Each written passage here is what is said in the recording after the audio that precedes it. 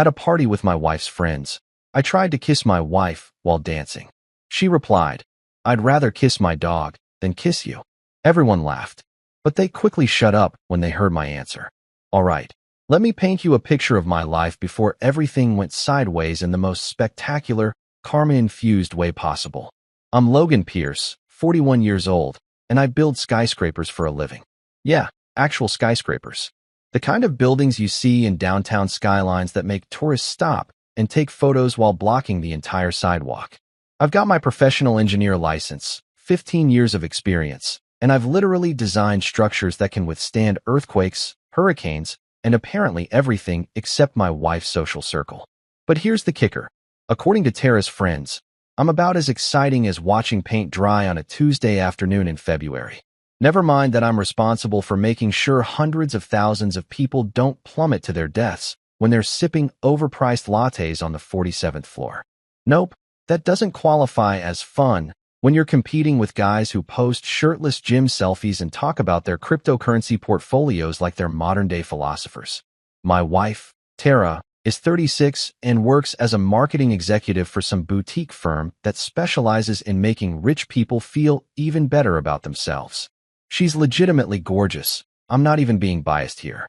We're talking magazine cover beautiful, with this smile that could probably convince a loan shark to forgive your debt. She's confident, sharp, and has this way of walking into a room that makes everyone immediately check their posture. I fell for her hard back in the day, like embarrassingly hard. We met at a charity fundraiser where I was the awkward engineer in the corner nursing a beer, and she was the woman who actually came over and talked to me instead of treating me like furniture. Back then, she thought my whole strong, silent type who builds things vibe was attractive. Now I'm just the guy who doesn't understand why we need to spend $300 on a single dinner so she can Instagram it with 17 different filters and hashtags about living my best life. The irony is that I actually make pretty decent money. Civil engineers who work on major commercial projects aren't exactly scraping by.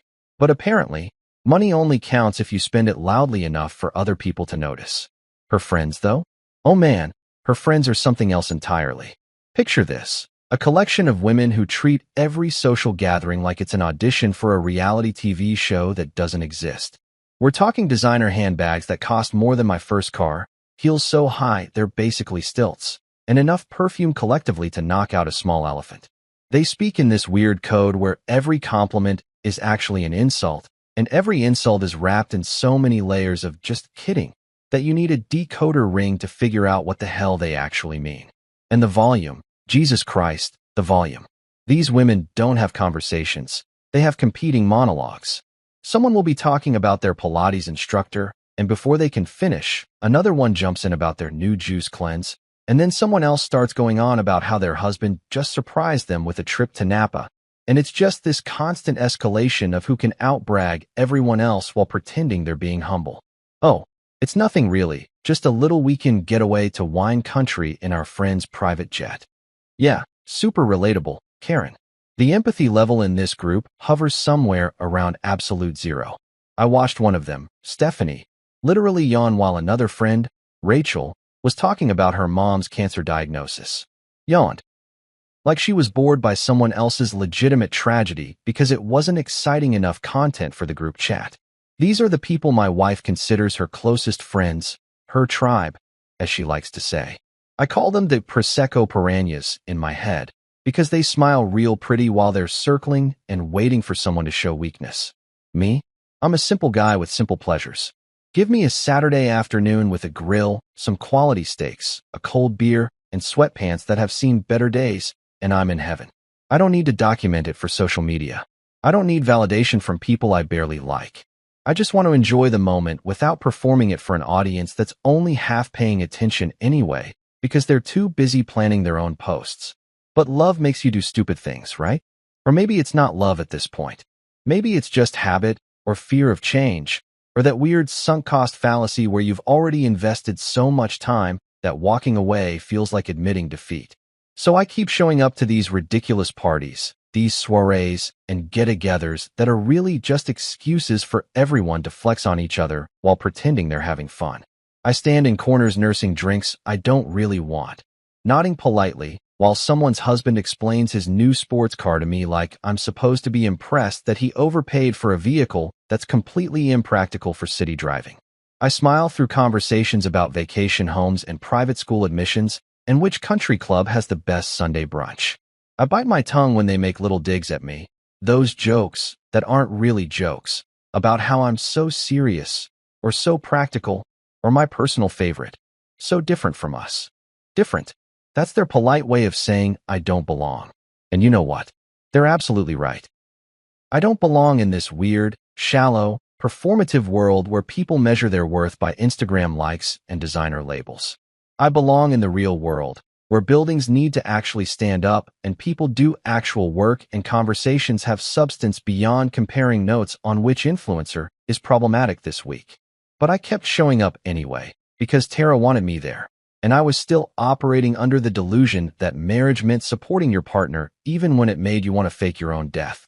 I played the role of the boring husband, the guy who doesn't quite fit, the one her friends could safely mock because I was supposed to just take it with a smile and be grateful I was included at all. This particular party, though, this one was different. This was the one where I finally hit my limit, where something inside me just snapped like a dry twig, where I decided that maybe, just maybe, I was done being everyone's punching bag. This was the party that would flip my entire life upside down, shake it around, and reassemble it into something I actually recognized. This was the party where I remembered that I'm a guy who literally builds skyscrapers. And if I can handle that kind of pressure, I can sure as hell handle a room full of people who peaked in high school and never got over it. So buckle up, because what happened next is the kind of story that spreads through social circles like wildfire, the kind that people whisper about at other parties, the kind that makes you either a legend or an outcast, depending on whose side you're on. Spoiler alert, I became both, and honestly, I've never been happier.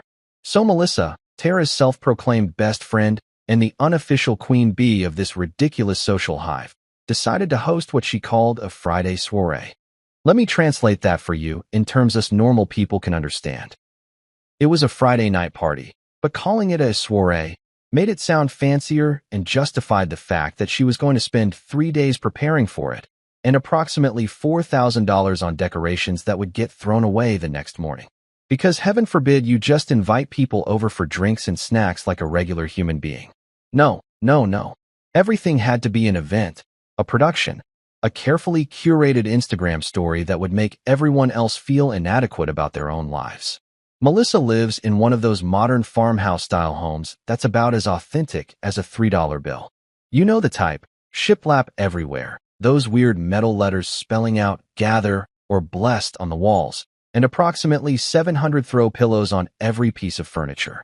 Her husband, Trevor, is this guy who works in finance and has the dead eyes of someone who stopped caring about life somewhere around his 30th birthday. I actually feel bad for Trevor sometimes. He's not a bad dude, just completely beaten down by years of being married to someone who treats him like an accessory that needs to match her aesthetic. The party invitation came via a group text, naturally, because apparently, we're all teenagers again. Friday soiree at our place. Cocktail attire. Can't wait to see everyone. Wine emoji, champagne emoji, that weird dancing lady emoji that nobody knows how to interpret. I showed the text to my buddy Mike from work, and he literally said, "Bro, that sounds like hell. Just tell them you have food poisoning." Solid advice, but Tara would have murdered me in my sleep if I tried to bail. So Friday rolls around, and I'm getting ready, trying to figure out what exactly cocktail attire means for a party at someone's house. Does that mean a full suit? A blazer? A tux made of diamonds? I honestly had no idea, and when I asked Tara, she was already in full panic mode about her own outfit, treating her closet like it was a hostage situation. She had clothes thrown everywhere, and I counted at least 6 different dresses laid out on the bed like she was preparing for a fashion show instead of going to Melissa's house, where we'd all seen each other a million times before. I made an executive decision and went with dark jeans and a crisp button-up shirt. Clean, put together, but still me. I'm not showing up in a 3-piece suit to eat cheese cubes and pretend to care about someone's opinion on the latest Netflix documentary. That's where I draw the line between being supportive and completely abandoning my dignity. When Tara saw what I was wearing, her face did this thing where it tried to smile, but her eyes were screaming. You know that look, right? where someone's mouth says, that's fine, but their entire energy says, you've disappointed me on a fundamental level. She gave me the once-over like a drill sergeant inspecting a recruit who showed up wearing flip-flops. Oh, she said, and that one syllable carried more judgment than an entire Supreme Court ruling. You dressed casual. The way she said casual made it sound like I'd shown up in a bathrobe and Crocs. I looked down at myself. Clean jeans, no holes, no stains. A button-up shirt that I'd literally ironed, which should count for something because I hate ironing more than I hate rush hour traffic. Nice shoes, not sneakers. I thought I looked pretty decent, honestly. I'm sorry, I said, matching her fake smile with one of my own. Was I supposed to wear a tux for Melissa's air fryer demonstration? Because yeah, Melissa had mentioned in the group chat that she was going to show everyone her new air fryer and the amazing things she'd been making with it. An air fryer. At a cocktail party. The woman has a net worth that could probably fund a small country, and she's excited about a kitchen appliance that costs $60 at Target. A couple of her friends who were already there, Jessica and Amanda, I think, honestly they all blur together, giggled in that awkward way people do when they witness someone getting roasted but don't want to seem like they're taking sides. One of them, I'm pretty sure it was Jessica, whispered to Amanda, he's funny, and Amanda whispered back, he's trying too hard. They weren't exactly quiet about it either. I heard every word, and I'm pretty sure they meant for me to hear it, because that's how this group operates. Everything is passive-aggressive, everything is a test, and everyone is constantly being evaluated on some invisible social scorecard that only they understand. So yeah, the night was off to an absolutely beautiful start. I could already tell this was going to be one of those evenings where I'd spend 4 hours wondering why I didn't fake that food poisoning Mike suggested. We walked in, and the house was exactly as ridiculous as I'd expected. Melissa had gone full-on Pinterest mom with the decorations. There were string lights everywhere, fancy cocktail napkins with little gold designs on them, a whole table dedicated to a charcuterie experience, which is just a fancy way of saying meat and cheese that we arranged to look pretty, and these specialty cocktails with names like Melissa's Mule and the Soiree Sipper. I grabbed a beer from a bucket because I'm not drinking something called a Soiree Sipper, even if you paid me. Trevor was already at the bar area, 2 glasses deep into something that looked stronger than his will to live. When he saw me, his eyes lit up like I was a rescue helicopter and he'd been stranded on a desert island.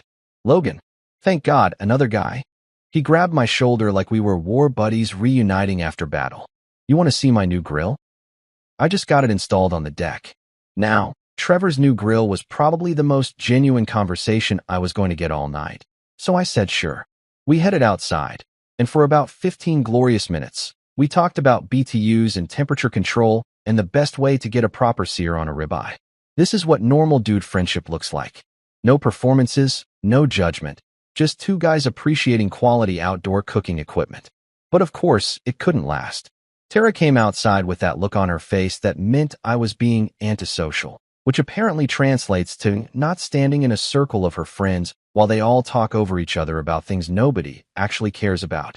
Logan, honey, come inside. Everyone wants to catch up with you. Nobody wanted to catch up with me. Nobody ever wanted to catch up with me at these things.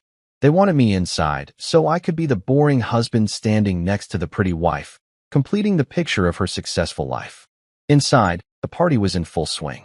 Music was playing, some top 40 playlist that Melissa probably titled Classy Vibes, or something equally ridiculous. The women were all clustered together, wine glasses in hand, laughing at volumes that suggested they'd already been drinking for a while. The conversations were exactly what you'd expect. Someone's renovation project, someone else's upcoming vacation, a debate about whether SoulCycle was better than Equinox, and an extended discussion about a mutual friend who wasn't there and therefore was fair game for gossip. I stationed myself near the snack table because at least there I had something to do with my hands and a legitimate reason not to participate in conversations. I was working my way through what was actually a pretty solid buffalo chicken dip when Stephanie cornered me.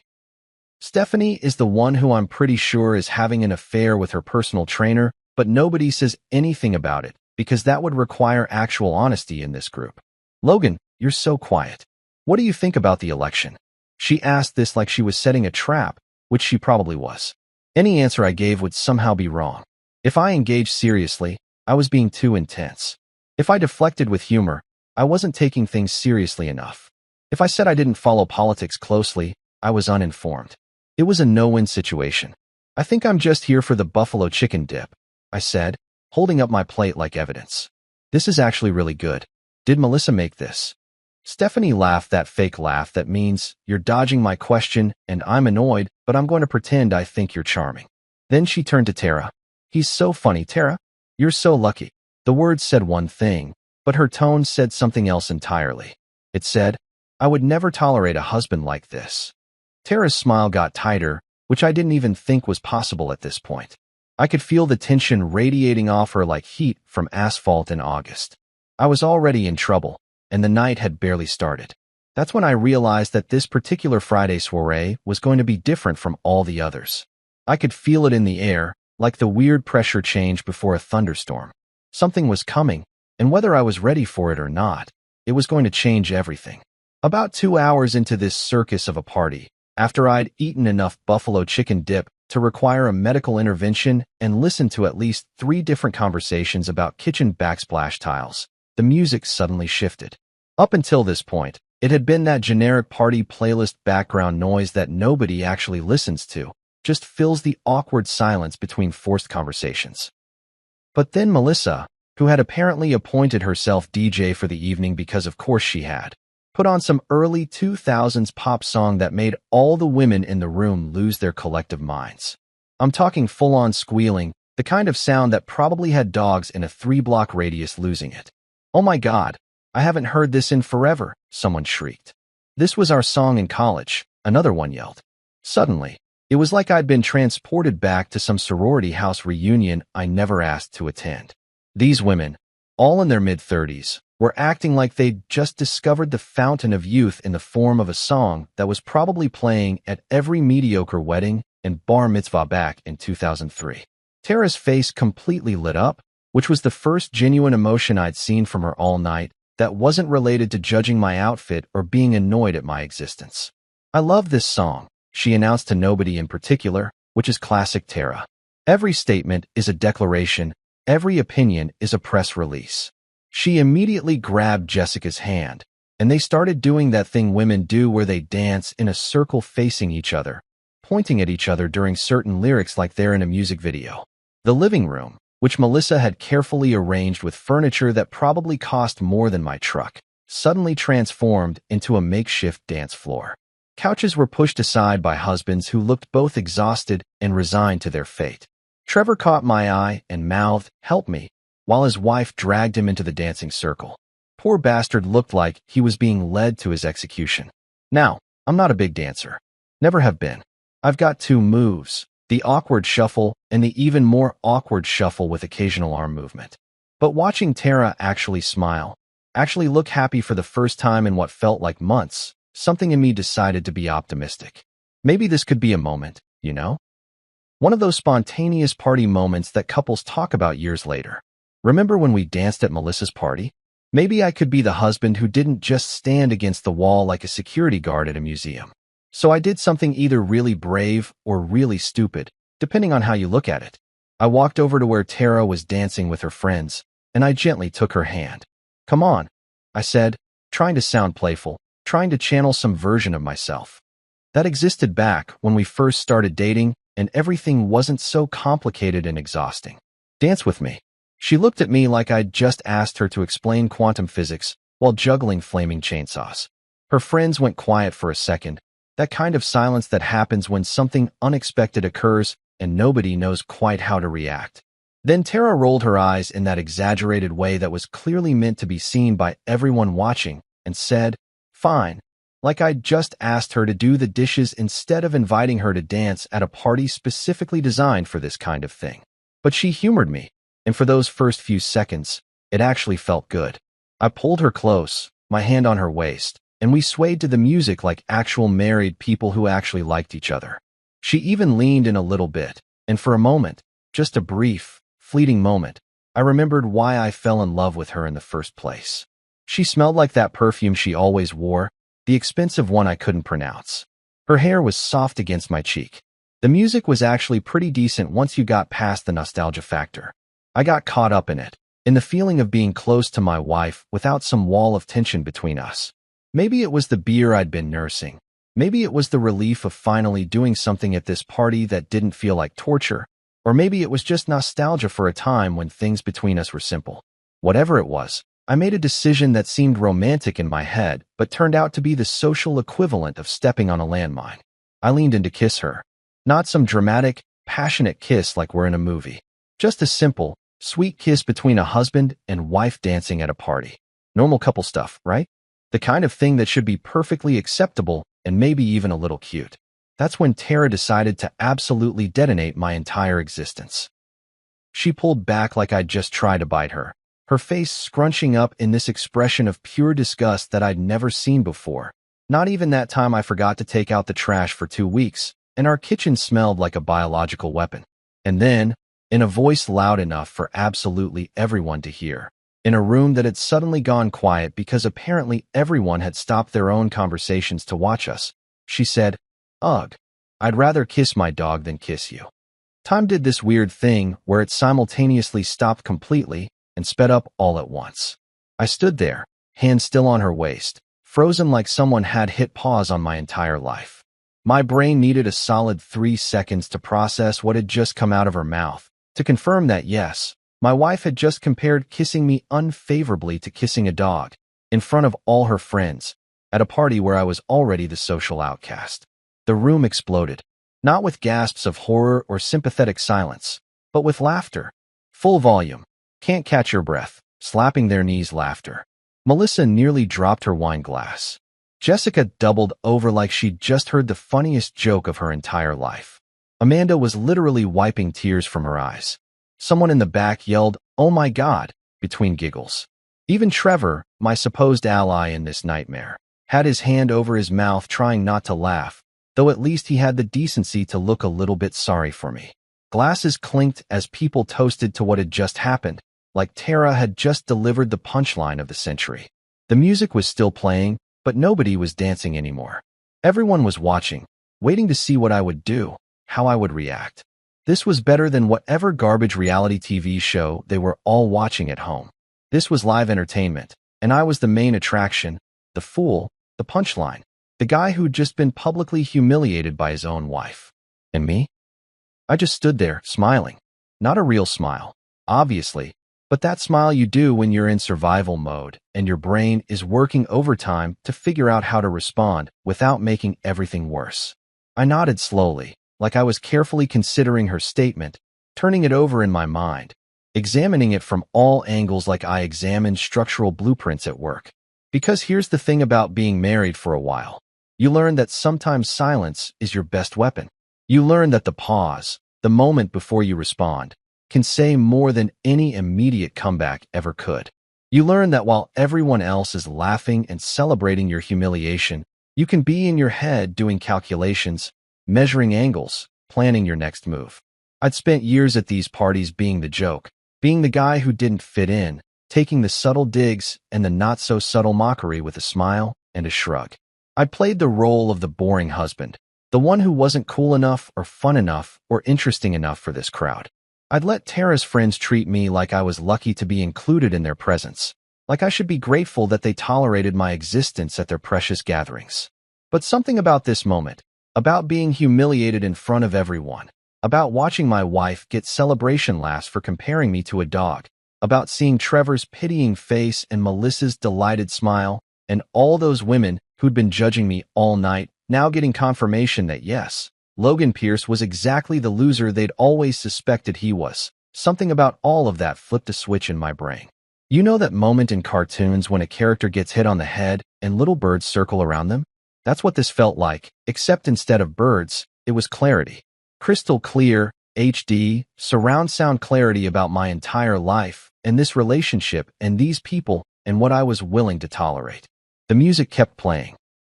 The laughter started to die down as people waited for me to either slink away in shame or laugh it off like it was all a good joke. Tara was looking at me with this expression that was half challenging, half satisfied, like she'd just won something.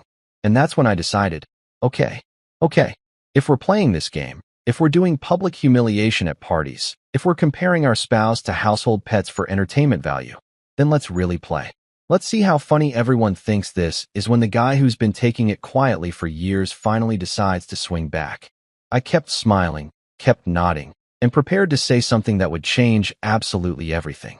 Because when you've been building skyscrapers for 15 years, you learn a thing or two about structural integrity.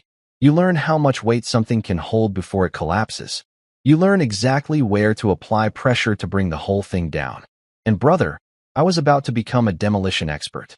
The laughter was starting to fade into that awkward aftermath phase where people realize they've been laughing at someone's expense, and now they're not sure if they should keep going or pretend it never happened. A few people were clearing their throats, taking strategic sips of their drinks, sneaking glances at me to see if I was going to cry or storm out or do something that would give them even more entertainment for the evening. Melissa was already pulling out her phone, probably preparing to document whatever happened next for the group chat that I wasn't part of but definitely knew existed. I took my time. That's the thing about revenge or justice or whatever you want to call what was about to happen. Timing is everything. I could have responded immediately, let my anger drive the words, but that would have made me look defensive, bitter, like the loser husband who couldn't take a joke. No, this required precision. This required me to look completely calm, completely in control, like I was about to share an interesting observation about the weather rather than drop a verbal nuclear bomb on my wife's entire social existence. I finally looked directly at Tara, maintaining that same pleasant smile I'd been wearing, the one that probably made me look slightly unhinged if anyone was paying close enough attention. The room had gone quiet enough that you could hear ice cubes shifting in glasses, someone's phone buzzing on the kitchen counter, the low hum of Melissa's fancy refrigerator that probably cost more than a semester of college tuition. That's fair, I said, my voice steady and conversational, like we were discussing which restaurant to try for dinner. I paused, letting those two words hang in the air just long enough for people to wonder if that was all I was going to say, if I was really going to let her win that easily. Then I continued. At least the dog wags his tail when he sees me. The effect was immediate and spectacular. It was like I'd thrown a flashbang grenade into the middle of Melissa's carefully curated living room. The room went from awkward silence to dead silence, the kind of silence that happens right before something catastrophic, like the moment before a building starts to collapse when you can hear the structural supports beginning to fail. It was beautiful, honestly.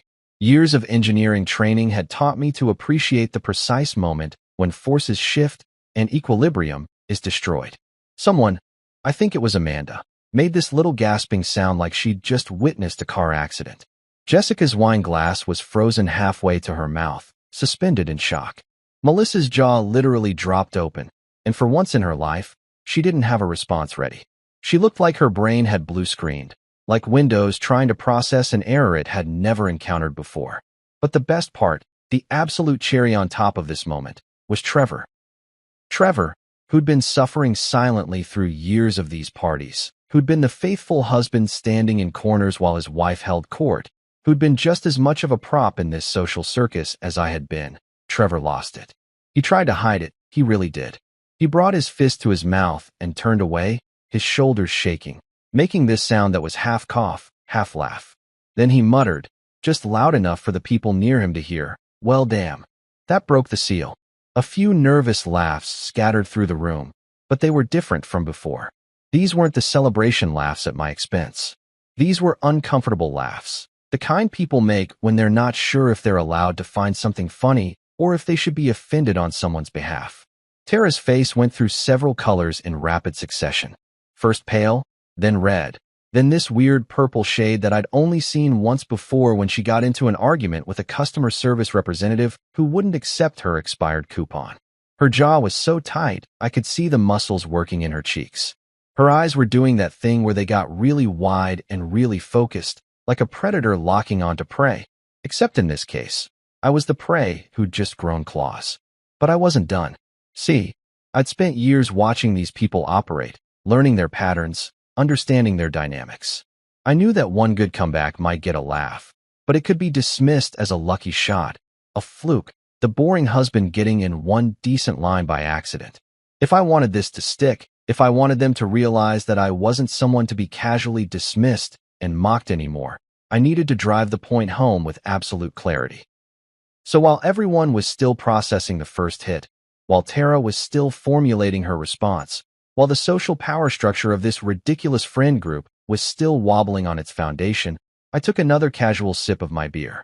Just a small sip, nice and easy, like I had all the time in the world. Like I was savoring the moment, which I absolutely was. Then I added, with the same conversational tone you'd use to comment on the weather or compliment someone's shoes. And come to think of it, the dog doesn't fake headaches either. Boom. Tactical nuke deployed. Direct hit on target. No survivors. The room absolutely erupted, but this time, it was chaos instead of coordinated laughter.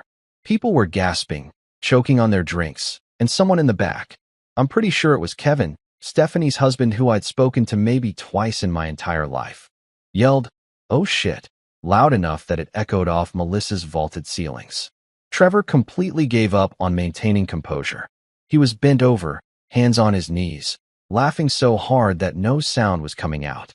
His face was red, tears were streaming down his cheeks, and Melissa was shooting him death glares that he was completely ignoring because he'd finally witnessed something at one of these parties that made them worth attending. Jessica dropped her wine glass. Literally dropped it. It hit Melissa's expensive rug with a dull thud and splashed red wine everywhere. But nobody even noticed because they were all too focused on what had just happened. Some people were laughing, real, genuine laughter, not the performative kind from earlier. Others looked absolutely scandalized, like I'd just revealed government secrets or admitted to a crime. Stephanie's mouth was hanging open so wide you could have parked a truck in there. Amanda was frantically looking between me and Tara like she was watching a tennis match. Kevin was high-fiving the guy next to him, some dude whose name I never learned, but who was apparently Team Logan in this moment. The best reactions, though, were from the other husbands in the room. These guys, these poor bastards who'd been standing around all night pretending to care about conversations they had no interest in, who'd been the silent furniture in their wives' social performances. They were looking at me like I'd just stormed the beaches of Normandy. Like I was some kind of hero, a Rebel Alliance fighter who'd just landed a critical hit on the Death Star. One of them, Mark, who was married to one of Tara's work friends, mouthed "my man" at me and gave me a subtle nod that carried years of shared suffering and newfound respect. Another one raised his beer bottle in my direction in a silent toast. But Tara, oh man, Tara looked like she was about to achieve nuclear fusion. Her face had gone beyond purple into some color that didn't exist in nature. Her hands were clenched into fists at her sides, her perfectly manicured nails probably leaving marks in her palms. Her chest was heaving like she'd just run a marathon, except the only exercise she was getting was trying to restrain herself from committing murder in front of witnesses. Melissa finally found her voice, probably feeling like she needed to regain control of her party before it completely devolved into chaos. "Okay, everyone, let's just," she started, using her best corporate mediator voice, but I wasn't about to let her defuse this situation with some diplomatic nonsense. I raised my beer bottle slightly, not quite a toast, but not quite nothing either, and looked around the room at all these people who'd been judging me, mocking me, treating me like I was lucky to breathe the same air as them. My smile was genuine now, not forced, because for the first time in years at one of these gatherings, I was actually enjoying myself. "Cheers to honesty, folks," I said, my voice carrying clearly through the room despite not raising it at all. Seems like it's been in short supply around here. The laughter that followed wasn't at anyone's expense except Tara's, and maybe that should have made me feel guilty, but honestly, after years of being the punching bag, after countless parties where I was the joke, after tonight where my own wife publicly humiliated me for entertainment, I felt nothing but satisfaction. I took another sip of my beer and caught Trevor's eye. He was still grinning like an idiot, and he gave me a thumbs up that his wife definitely saw and would definitely punish him for later. "Worth it," his expression said. "Totally worth it." Tara finally found her voice, though it came out strangled and tight. "We're leaving," she announced to nobody in particular, or maybe to everyone at once. "Now." "Sounds good to me," I replied cheerfully, because at this point, why not commit fully to the bit? I've got an early morning anyway. Buildings don't design themselves. As we headed toward the door, I could hear the room exploding behind us with frantic whispered conversations. This would be the story they talked about for months, maybe years. The night boring Logan Pierce finally snapped, and took down Tara in front of everyone. The night the social hierarchy got flipped upside down. The night someone finally said what all those other husbands were thinking, but never had the balls to say. I grabbed my jacket from the coat rack, nodded politely to Melissa, who looked like she was still trying to process what had just happened to her perfect party, and followed my furious wife out into the night. The cool air hit my face, and I took a deep breath. That was the night everything changed. That was the moment I remembered that I didn't have to be anyone's punching bag, that respect is something you take, not something you beg for. And honestly, I'd never felt more alive. The walk from Melissa's front door to our car in the driveway was approximately 30 feet, but it felt like one of those death marches you see in movies where the condemned prisoner is being led to their execution. Except in this case, I wasn't sure who was the prisoner and who was the executioner. Tara was walking about 3 paces ahead of me, her heels clicking against the concrete with sharp, angry precision that probably would have punctured the driveway if it were possible. Each step sounded like a tiny declaration of war. I hit the unlock button on the key fob, and the car chirped cheerfully, completely unaware of the domestic nuclear winter it was about to witness. Tara yanked open the passenger door with enough force that I'm surprised she didn't rip it off the hinges, threw herself into the seat, and slammed the door so hard that the whole vehicle shook. Real mature stuff. Very composed and dignified. Exactly what you'd expect from a marketing executive who prides herself on her professional image. I took my time getting in, because honestly, I was still riding the high of what had just happened. My hands weren't even shaking. My heart rate was normal. I felt calm, centered, like I'd just finished a really good workout or solved a particularly complicated structural problem at work. This must be what skydivers feel like after they jump. That mixture of adrenaline and accomplishment and the knowledge that you just did something that scared the hell out of you, but you survived anyway. I settled into the driver's seat, adjusted my mirrors even though they didn't need adjusting, and started the engine. The radio came on automatically, some classic rock station playing a song about freedom that felt almost too on the nose to be a coincidence. I turned it down to a low hum, buckled my seatbelt with deliberate slowness, and checked my blind spots like I was taking my driver's test again. The whole time, Tara sat there vibrating with rage, staring straight ahead through the windshield like if she looked at me, she might actually explode. I backed out of the driveway smoothly, gave a friendly wave to Melissa, who was watching from her front window like this was the most dramatic thing to happen in her neighborhood since someone's teenager egged a mailbox, and headed home. The street was quiet, lined with those fancy gas lamps that HOAs love because they make everything look like a movie set. Nice houses, perfect lawns, the American dream wrapped up in mortgage payments and the crushing weight of keeping up appearances. The silence in the car was so thick you could have cut it with a knife and served it for dinner. It wasn't just quiet, it was aggressively silent, weaponized silence, the kind of silence that has its own gravitational pull. I could hear everything. The hum of the tires on asphalt, the quiet whoosh of the air conditioning, my own breathing, the occasional creak of the leather seats when one of us shifted position. Even the car itself seemed uncomfortable, like it was caught in the middle of a domestic dispute it wanted no part of. You could hear the tires judging me. I swear to God. Even the wheels were like, "Dude, you really went there, huh?" But they were respectful about it, supportive even. The left front tire seemed particularly impressed. Good tire, that one. Always been reliable. I found myself humming along to the radio, just quietly, under my breath. Some Tom Petty song about not backing down, which again, felt like the universe was having a laugh at our expense. Or maybe just at Tara's expense now, which was a refreshing change of pace. I was in a genuinely good mood, possibly the best mood I'd been in at any point during our marriage in the last 2 years. There's something liberating about finally standing up for yourself after years of taking it on the chin. It's like that feeling when you finally scratch an itch that's been bothering you for hours, except the itch was my dignity, and the scratching was publicly destroying my wife's social standing. Tara's reflection in the passenger window was doing this thing where it looked even angrier than her actual face, if that was possible. Her jaw was clenched so tight, she was probably going to need dental work.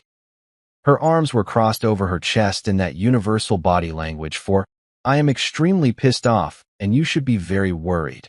Except I wasn't worried at all, which probably made her even more angry. We hit a red light about halfway home, and the silence somehow got even more intense. I could feel her wanting to say something, the words building up inside her like pressure in a volcano right before it erupts. I glanced over at her, curious to see if she was going to blow, but she just stared straight ahead, her lips pressed together in a thin line, her nostrils flaring slightly with each breath.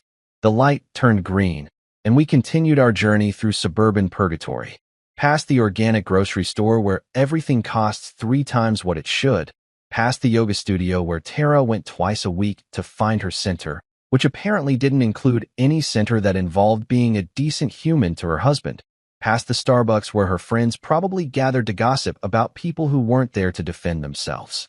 About 3 blocks from our house, she finally broke. I'd been wondering when it would happen, curious about what form it would take, whether she'd go for volume or venom or some combination of the two. "You embarrassed me." Her voice came out like a hiss, low and venomous, each word carefully enunciated like she was teaching English to someone who'd never heard the language before. I didn't respond immediately. I checked my mirrors, used my turn signal, because unlike some people, I still had basic courtesy even in tense situations, and made the turn onto our street. Our house was 4th on the left, a nice 2-story with a yard that I actually maintained myself because paying a lawn service seemed excessive when I had 2 functioning arms and a mower. "Oh," I finally said, my tone pleasant and conversational, like she'd just told me about her day at work. "I thought you started that game." I could see her head whip toward me in my peripheral vision, but I kept my eyes on the road because safety first, kids. We were pulling into our driveway now, the motion sensor light clicking on and illuminating the front of our house in harsh white light that made everything look like a crime scene photo. "You made me look bad in front of my friends," she continued, her voice rising now, the control starting to slip. "Good. Let it slip." I'd been controlled and measured for years. She could deal with losing it for once. I put the car in park, turned off the engine, and sat there for a moment, my hands still on the steering wheel. The engine ticked as it cooled down.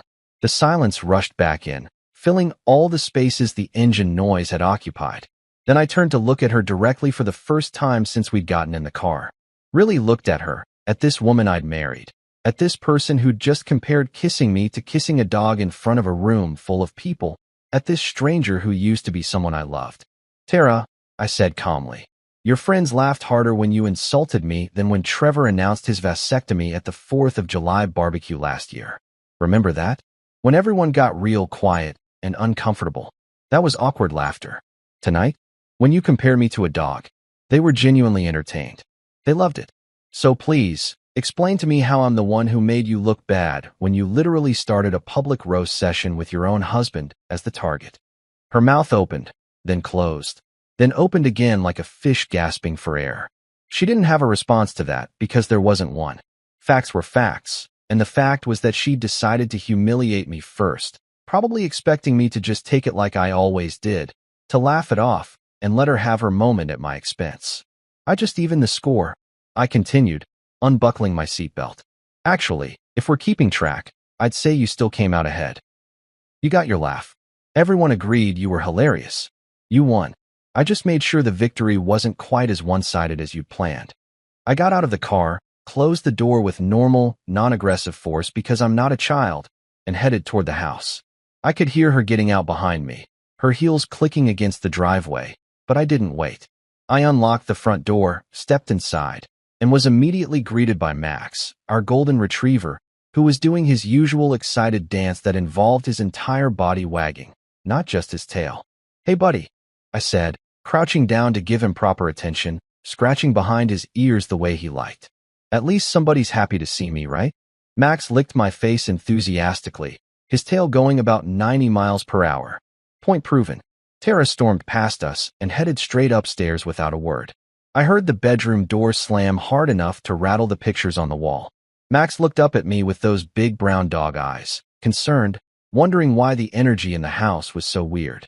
"Don't worry about it, Max," I told him, standing up and heading to the kitchen to get him a treat. "Just some human nonsense. You wouldn't understand. Actually, you'd probably understand it better than most people." I gave him his treat, grabbed a beer from the fridge, and settled onto the couch in the living room. The house was quiet again, but this was a different kind of quiet. This wasn't the oppressive silence of the car ride. This was peaceful. This was the sound of not apologizing for standing up for myself. I turned on the TV, found a late-night baseball game, and stretched out. Max jumped up and settled next to me, his head on my lap, content and loyal and uncomplicated. Above me, I could hear Tara moving around in the bedroom, probably rage texting her friends, probably already crafting her version of events where she was the victim and I was the villain. And you know what? I didn't care. Not even a little bit. I took a sip of my beer, watched some guy hit a double, and smiled. That night, I slept like a man who'd finally stopped apologizing for existing. The couch was surprisingly comfortable. Max kept my feet warm. And upstairs, in the bedroom we'd shared for years, my wife could stew in her own anger without me there to absorb it. Best sleep I'd had in years. I woke up on the couch the next morning to Max licking my face and the smell of nothing. No coffee brewing, no breakfast being made, no sounds of Tara getting ready for her morning routine. Just silence and a dog who needed to pee. I checked my phone, 8:47 a.m. on a Saturday. Normally, Tara would have been up since 7, doing yoga or meal prepping or whatever productive thing she posted about on Instagram to prove she was living her best life. I let Max out into the backyard, started the coffee maker myself like a fully functional adult, and noticed that the bedroom door upstairs was still closed. Either she was dead up there, or she was doing that thing where she stays in bed all day when she's mad, scrolling through her phone and building her case against me like a prosecutor preparing for trial. My phone buzzed. Text from Trevor, Dude, you're a legend. Melissa barely slept. The group chat is insane. I grinned and typed back, what group chat? The wives group chat. She left her phone unlocked. I got screenshots. Want them? Did I want them? Is the Pope Catholic? Does a bear shit in the woods? I replied with about 6 yes emojis and waited. Trevor was a real one. Most guys in that friend group were so whipped they'd probably report me to their wives for even asking. But Trevor had clearly hit his limit too, and watching me go nuclear on Tara had apparently inspired some rebellion in him. My phone started lighting up with screenshots, and oh my god, it was better than I could have imagined. The group chat name was Nail Polish Wine Queen's Nail Polish, which already told you everything you needed to know about these women. The messages had started coming in at 10:47 p.m. last night, approximately 15 minutes after we'd left the party. Melissa started it. Okay, can we talk about what just happened? Jessica, I'm still in shock. Logan actually said that. Out loud. Amanda, the dog comment? I literally can't. I spilled wine everywhere. Stephanie, he's been holding that in for years apparently. Then Tara entered the chat at 11:02 p.m. I can't believe he embarrassed me like that in front of everyone. I'm mortified. And here's where it got interesting. Because instead of everyone immediately jumping to her defense like she clearly expected, there was a solid 3-minute gap with no responses. You could practically feel the group trying to figure out how to navigate this situation. Do they support their friend? Do they acknowledge that she kind of started it? Do they pretend it wasn't actually that funny even though they all laughed? Melissa finally broke the silence. I mean, you did say the dog thing first, babe. He was just responding. Tara, I was joking. Everyone knows that. He took it seriously and made it into this big thing. Jessica, was it a joke though? Because it didn't really sound like a joke. It sounded kind of mean actually. Oh shit. Jessica was going rogue. I loved it. Tara, whose side are you on? Jessica, I'm not on anyone's side. I'm just saying if you publicly roast your husband, you can't be surprised when he roasts you back. That's just math. Amanda, he did get you pretty good with the headache comment. Trevor was laughing so hard he couldn't breathe. Stephanie, okay, but he went too far. Making those kinds of jokes about your wife in public? That's disrespectful. Some woman named Claire who I'd never met. What did he say exactly? I heard there were 2 comments.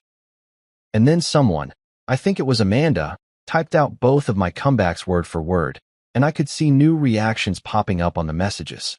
Laugh reacts. Lots of them. Even in the group chat, people were finding it funny. Tara, this isn't funny. He made me look bad in front of everyone. Like I'm some terrible wife. Melissa, I mean, the headache thing was kind of accurate though. Remember last month when you told us about Tara, Melissa, I'm just saying. If you're going to use intimate details as comedy material, he can too. The chat went quiet for a bit after that, and then Stephanie tried to rally.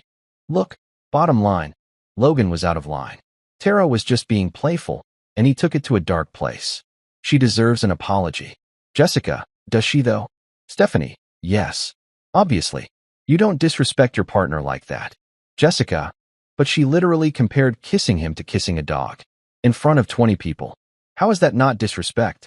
This Jessica was quickly becoming my favorite person in that entire group. I'd barely spoken to her at parties beyond basic pleasantries, but apparently, she had a functioning brain and a sense of fairness. Tara, it was a joke. God, why is everyone suddenly defending Logan? He's been boring and antisocial at every single party for years. Amanda, maybe he's been quiet because every time he opens his mouth one of us makes fun of him? Holy shit. Amanda too? What was happening?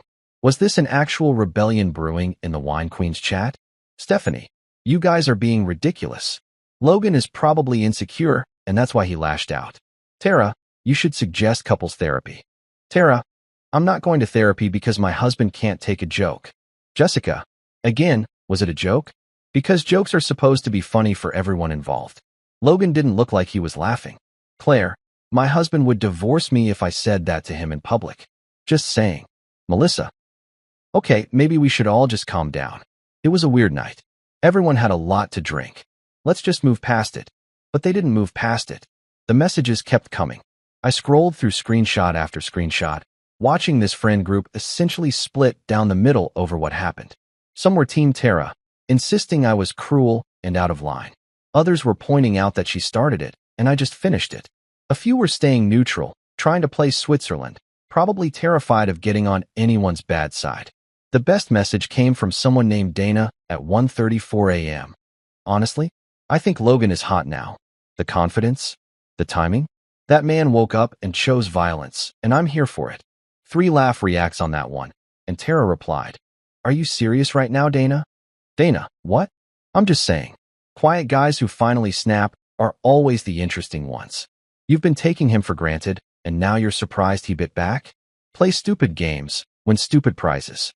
I literally laughed so hard I snorted coffee out of my nose.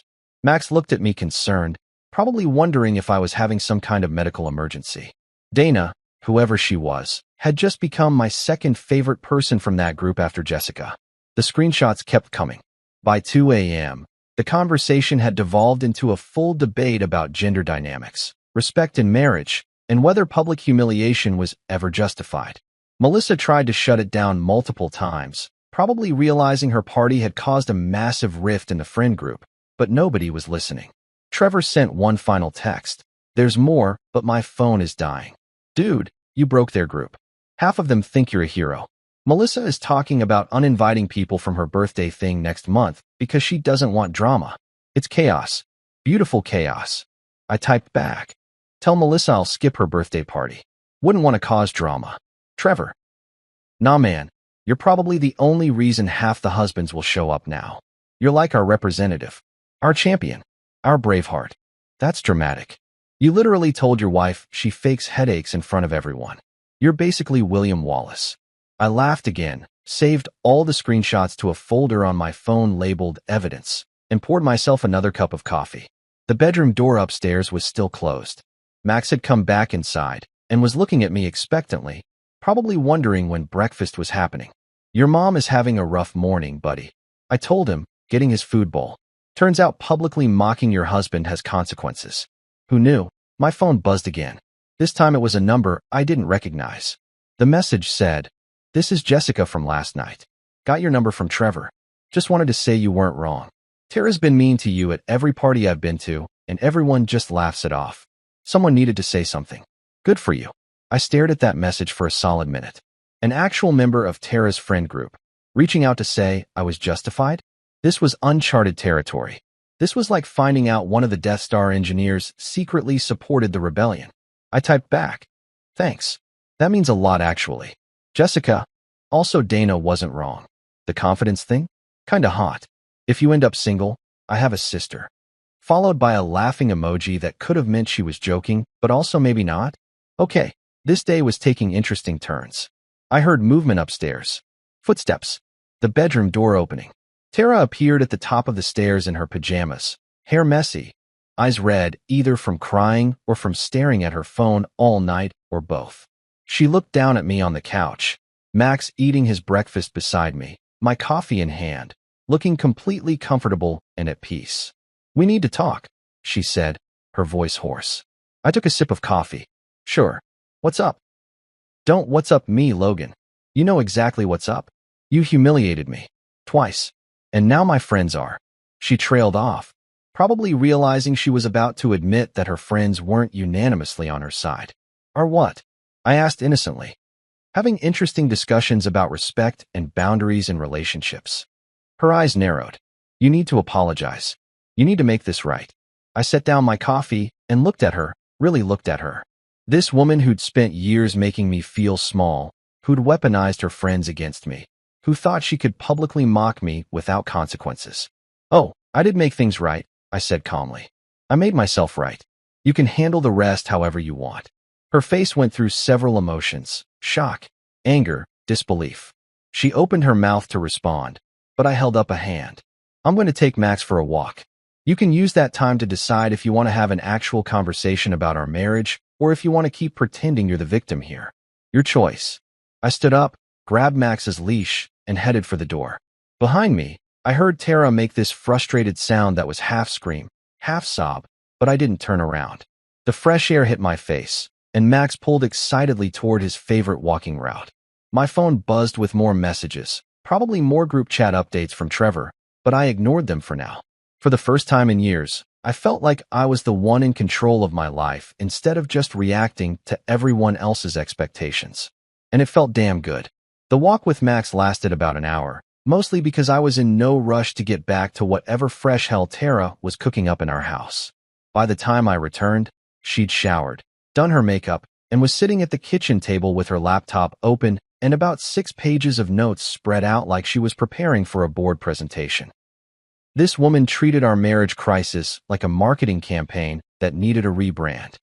"I've been thinking," she announced as I unclipped Max's leash. Not, "Good morning," or "Can we talk?" or even, "I'm sorry for being awful." Just straight into "I've been thinking" mode, which usually meant she'd already decided what was going to happen and was about to present it as a mutual decision. "That's dangerous," I muttered, filling Max's water bowl. She ignored that. "This situation has gotten out of hand. The girls are talking, people are taking sides, and it's causing unnecessary drama." Notice how it was unnecessary drama, and not "I was wrong," or "I shouldn't have humiliated you first." Classic Tara. The problem wasn't what she did. It was that people had opinions about it. "Okay," I said, grabbing an apple from the fruit bowl and biting into it. I was determined to stay as casual as possible, mostly because it clearly irritated her. "So, I think we need to do a public apology dinner," she continued, consulting her notes like she was reading from a script. "We invite everyone back. We both apologize for taking things too far. We show them we're united and that this was just a silly misunderstanding. We move forward as a couple, and everyone can stop with the group chat drama." I stopped mid-chew and looked at her. "We both apologize?" "Yes, both of us. You apologize for the things you said, I apologize for my comment, and we present a united front. It'll show maturity and growth." She said this like she was pitching a marketing strategy to a client, complete with hand gestures for emphasis. "Tara," I said slowly, "you compared kissing me to kissing a dog in front of 20 people. I responded with factual observations. We're not equivalent here." Her jaw tightened. "Logan, if you want to fix this, you need to meet me halfway." Halfway would be you apologizing and me accepting it. What you're describing is me apologizing for defending myself while you give some half-assed sorry if you were offended non-apology. That's not halfway. That's you trying to save face. She stood up, her chair scraping loudly against the floor. "Fine. You know what? Don't apologize. But I'm still doing the dinner. I'm still fixing this. Because unlike you, I actually care about my relationships and my reputation." "Your reputation," I repeated. "Right? Because that's what's important here.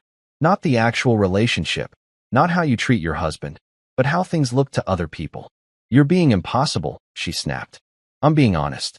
There's a difference, but you've been playing pretend for so long I don't think you can tell anymore." She grabbed her phone and started typing furiously. "I'm texting Melissa. We're doing this dinner Friday night. You can either show up and be supportive, or you can prove to everyone that you're exactly as difficult as they're starting to think you are." "Oh, I'll be there," I said, smiling. Wouldn't miss it for the world. She looked suspicious, probably because I'd agreed too easily, but she was too focused on her damage control mission to question it. The next 4 days were a flurry of Tara planning this dinner party like it was a state dinner for foreign dignitaries. She hired a catering company, bought new decorations for our dining room, created a whole menu with wine pairings, and sent out formal invitations through some app that probably cost money for no reason. Meanwhile, I went about my week normally. Work, gym, walking Max, watching baseball. I did, however, make one special shopping trip to a pet store where I found exactly what I was looking for.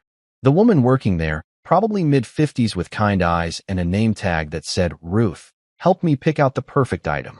This is either going to be really funny or really bad, Ruth said as she rang me up. Probably both, I admitted. Friday evening arrived, and our house looked like something out of a home design magazine. Tara had gone full perfectionist mode, everything arranged just so, lighting carefully adjusted. Even our wedding photos that normally sat on a shelf had been strategically repositioned for maximum. We're so in love effect. She'd bought a new dress for the occasion, spent 2 hours on her hair and makeup, and was vibrating with nervous energy. Remember, she told me as I was getting ready upstairs, we're showing unity tonight. We're a team. No more drama. Got it, I said, buttoning up a crisp white shirt. Total team players. Unity.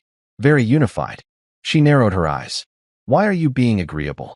Can't a guy support his wife's dinner party? I asked innocently. People started arriving around 7. The usual suspects, Melissa and Trevor, Jessica and her husband Brian, Amanda and her boyfriend Kyle, Stephanie and her husband Marcus, and a few others including Dana, who I now recognized from the group chat screenshots, and who gave me a very knowing smile when she walked in that made Tara's eye twitch. Everyone was being aggressively polite, that weird over-the-top courtesy people use when they're in an awkward situation and don't know how to act. Lots of the house looks beautiful and something smells amazing, and carefully avoiding any mention of what happened last week. It was like watching people tiptoe through a minefield while pretending the minefield didn't exist. We all sat down for dinner, and Tara immediately went into host mode, serving food, making sure everyone had drinks, chattering about neutral topics like the weather and some Netflix show everyone was watching. I played along, nodding, smiling, being the picture of a supportive husband. Trevor kept shooting me glances like he was waiting for something to happen. He knew. That dude could sense chaos coming like animals sense earthquakes.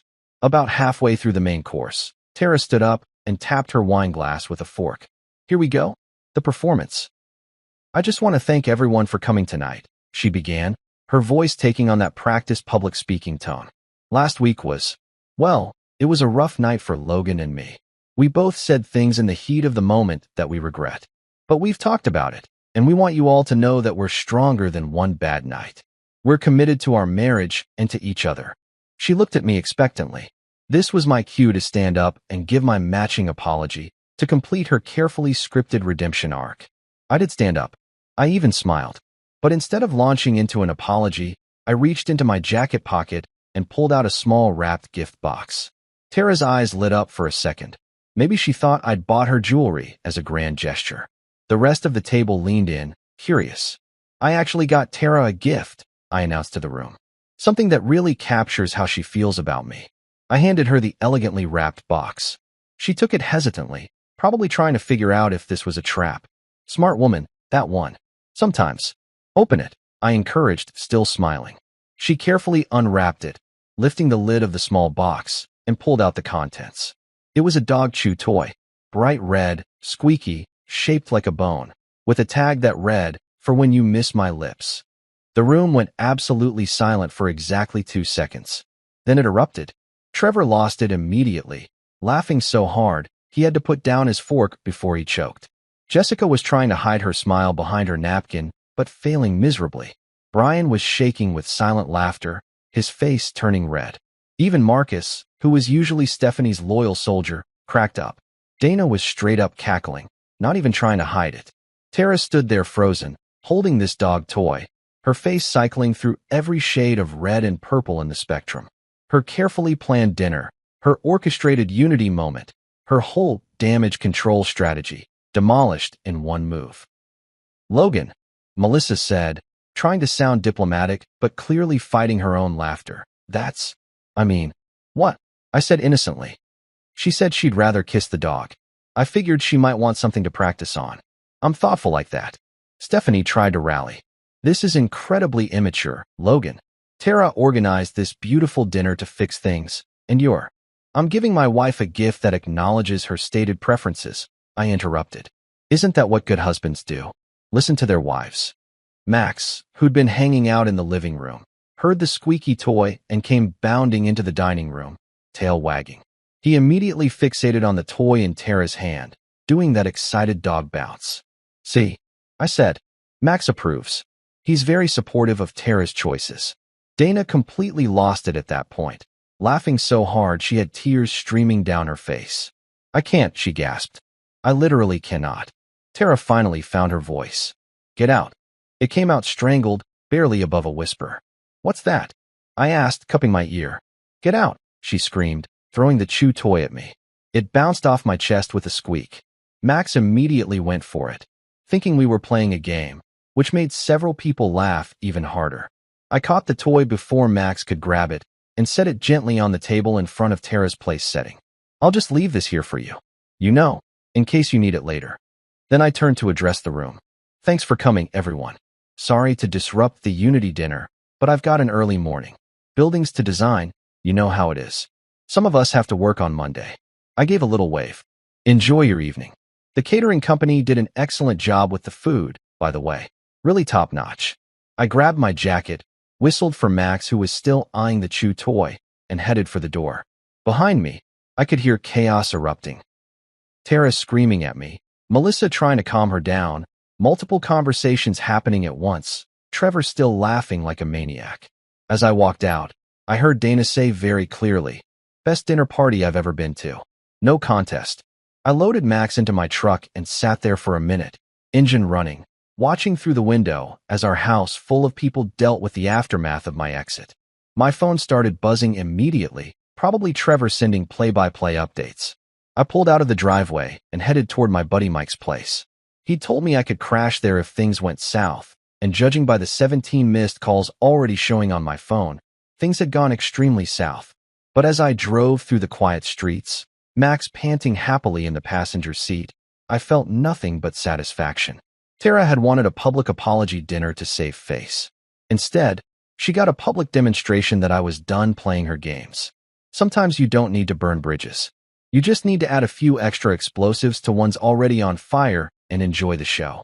I crashed at Mike's place that night, which was basically like staying in a bachelor pad time capsule from 2015.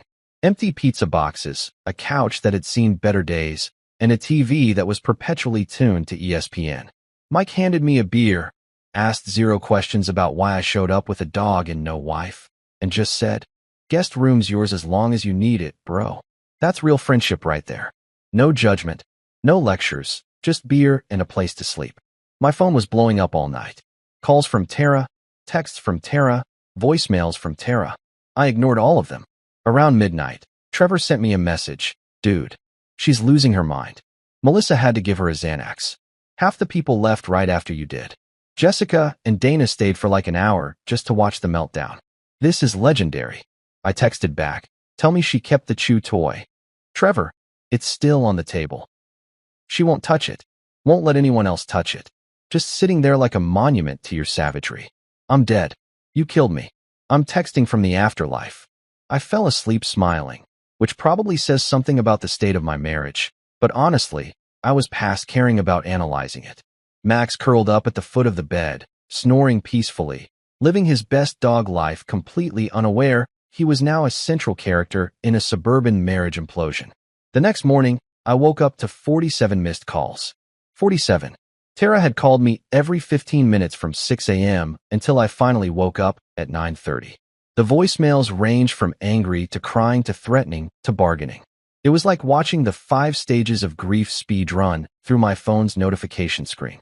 I made coffee in Mike's kitchen, using a mug that said, "World's okayest employee," and finally listened to one of the voicemails. Big mistake. Logan, you need to come home right now. Tara's voice screeched through the speaker. You humiliated me twice now. Twice. In front of all my friends. Do you understand what you've done? My reputation is ruined. Melissa is getting calls from people asking if we're getting divorced. Stephanie unfollowed me on Instagram. Stephanie, do you have any idea how serious that is? I almost laughed into my coffee. Stephanie unfollowing her on Instagram was apparently DEFCON 1 level crisis. Not the fact that our marriage was circling the drain, not that we clearly had zero respect for each other, but the Instagram follow. That was the real tragedy. Another voicemail. You think you're so funny, don't you? You think you're so smart with your little jokes and your little gifts. You're not funny, Logan. You're cruel. You're vindictive. And you're making me look like the bad guy when all I did was make one little comment. One little comment. That's how she was reframing it now. The public humiliation was just one little comment, but my responses were character assassination. The mental gymnastics were Olympic level. Mike walked into the kitchen, saw my face, and immediately understood. She's still calling? 47 times since 6 a.m. Jesus. He poured his own coffee. What are you gonna do? Honestly, I have no idea, but I know I'm not going to apologize. I'm done apologizing for existing, for not being fun enough, for not fitting into her perfect Instagram life. I'm just done. Mike nodded. About time, man. You've been miserable for like 2 years. We've all seen it. You just smile and take it and pretend everything's fine, but we know. Your boys know. That hit harder than I expected. I thought I was hiding it pretty well, the slow erosion of my dignity, the constant low-level misery of being in a marriage where you're treated like an accessory instead of a partner. But apparently, it was obvious to everyone except me. Or maybe I knew and just didn't want to admit it. I decided to text Tara instead of calling. I'll come by to get some stuff this afternoon. We need to talk. Her response was immediate. You need to come home now and fix this. Me? There's nothing to fix, Tara. This has been broken for a long time. Tara, don't you dare. Don't you dare act like I'm the problem. You're the one who can't take a joke. You're the one who embarrassed me. Twice. Me. You started both times. I just finished them. There's a difference. Tara, I'm your wife. You're supposed to support me, not humiliate me in front of my friends. Me. Marriage is a two-way street. You don't get to publicly mock me and then cry victim when I respond. That's not how this works. She didn't respond to that. I finished my coffee, took Max for a walk around Mike's neighborhood, and spent a good hour just thinking. Really thinking, maybe for the first time in months, about what I actually wanted from my life. Did I want to spend the next 30 years being the boring husband who wasn't good enough for his wife's standards? Did I want to keep showing up to parties where I was the punchline? Did I want to spend my life with someone who thought Instagram unfollows were more important than actual respect? The answer was so obvious, it was almost funny that I'd been avoiding it. Around 2 p.m., I drove back to the house. Tara's car was in the driveway, and I could see her through the window, pacing back and forth in the living room like a caged animal. I took a deep breath, left Max in the truck with the windows cracked, and walked inside. She was on me the second I opened the door. Where have you been? Do you know how worried I was? You just left. You took the dog and left in the middle of a dinner party I spent 4 days planning. Tara, I started, but she was on a roll. You made me look like an idiot. Again, everyone is talking about us. Everyone is taking sides. Jessica texted me this morning saying maybe we need space. Jessica, my friend for 10 years. She's saying we need space because of your behavior. My behavior? I said, my voice calm but firm. Tara, you compared kissing me to kissing a dog. In public. For laughs. What exactly did you expect me to do? Just smile and take it. It was a joke. No, it wasn't. You meant it. You've been treating me like I'm beneath you for years, like I'm lucky you even stay with me, like I should be grateful for the privilege of being your boring husband. And you know what? I'm done. She stopped pacing. What do you mean, done? I mean, I'm done. Done apologizing for not being exciting enough. Done being your punching bag at parties. Done pretending this marriage is something it's not. Her face went pale. You're not serious. I've never been more serious about anything in my life. You're going to throw away our marriage because of a few jokes? Because your feelings got hurt?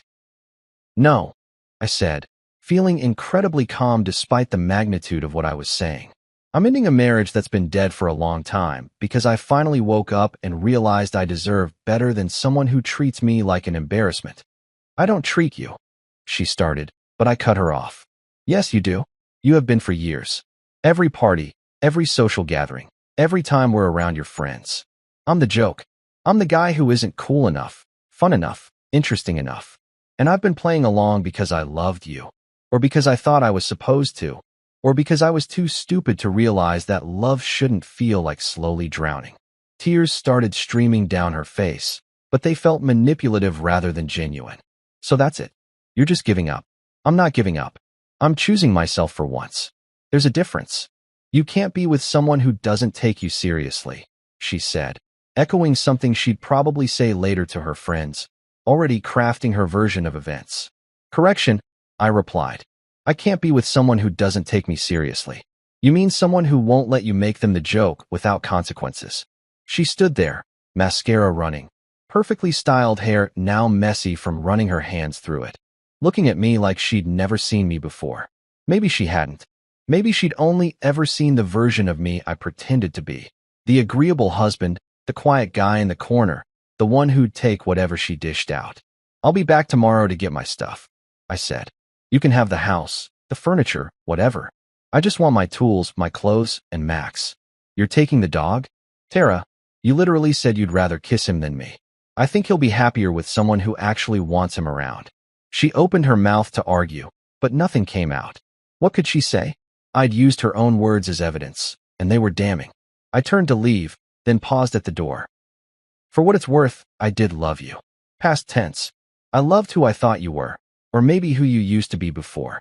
Everything became a performance. But this version of you, the one who treats her husband like a prop in her social media life, I don't even like her, let alone love her. I walked out, got in my truck where Max was waiting, and drove away from the house we'd bought together, the life we'd built together, the future we'd planned together. And you know what? I didn't feel sad. I didn't feel angry. I felt light, like someone had taken a 50-pound weight off my shoulders that I'd been carrying so long I forgot what it felt like to stand up straight. My phone buzzed. Text from Trevor. Melissa just got a call from Tara. She's losing it. Says you're leaving her. Is it true? Me. Yeah, it's true. Trevor. Good for you, man. Seriously, you deserve better. That's when I realized something important. Even the people in Tara's own circle knew. They knew she treated me badly. They knew the marriage was toxic. They just didn't say anything because that's not how that social group operates. You don't call out bad behavior. You laugh along and pretend everything's fine. But I was done pretending. Done smiling through the pain. Done being the guy who took it quietly. I was Logan Pierce, civil engineer, dog owner, and as of today, a man who finally remembered what self-respect felt like. And it felt damn good. A week later, Tara officially moved out. Well, technically I moved out since she wanted the house, but semantics. She packed her designer clothes, her ridiculous throw pillow collection, and about 90% of our wedding photos, which honestly saved me the trouble of throwing them away myself. The divorce papers were filed, and suddenly I was a single man for the first time in 6 years. And honestly, peace had never sounded so quiet. My new apartment wasn't much, a decent 2-bedroom in a complex that allowed dogs and didn't ask too many questions, but it was mine. No judgment, no performance, no walking on eggshells wondering if something I said would become ammunition at the next party. Just me, Max, and a furniture setup that consisted of exactly what I needed and nothing I didn't. Her friends, predictably, went into overdrive on social media. Instagram became a battlefield of passive-aggressive posts. Melissa shared some quote about knowing your worth and walking away from toxicity, which was rich coming from someone who'd watched Tara treat me like garbage for years without saying a word. Stephanie posted about strong women who don't need men who can't handle their confidence, completely ignoring the fact that confidence and cruelty aren't the same thing. But here's where it got interesting. I decided to join the game. Just once. One post. I kept it simple, classy, and absolutely devastating. I posted a photo of Max sleeping peacefully on my new couch with a caption that read, "Even strong women need a leash sometimes, especially the ones who bark first." My phone exploded. The post got more likes in 2 hours than Tara's carefully curated content had gotten in the last 6 months combined. Comments poured in from people I hadn't talked to in years, coworkers, college friends, even a few acquaintances from Tara's circle who'd apparently been waiting for permission to publicly acknowledge that, yeah, she kind of had it coming. Trevor commented, "Legendary. Absolutely legendary. Crown."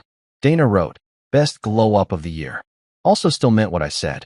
Call me if you're ready to meet actually nice people. Even Jessica chimed in. Some people mistake kindness for weakness. Glad you reminded everyone there's a difference. The best part?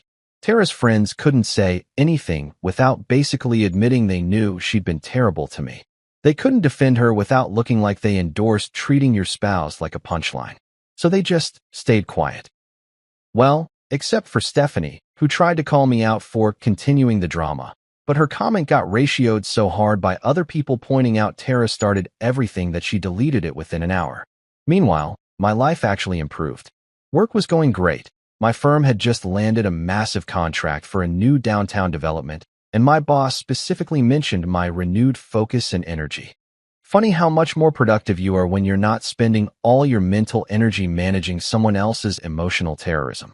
I bought a new truck, nothing fancy but something I'd wanted for years that Tara had always vetoed because it wasn't sophisticated enough. I started going to the gym regularly again, not because I was trying to prove anything, but because I finally had time and energy for myself. I reconnected with friends I'd slowly drifted away from during the marriage, guys who'd invite me to do things that Tara had considered boring or immature. About 3 weeks after the split, I ran into Melissa at a grocery store.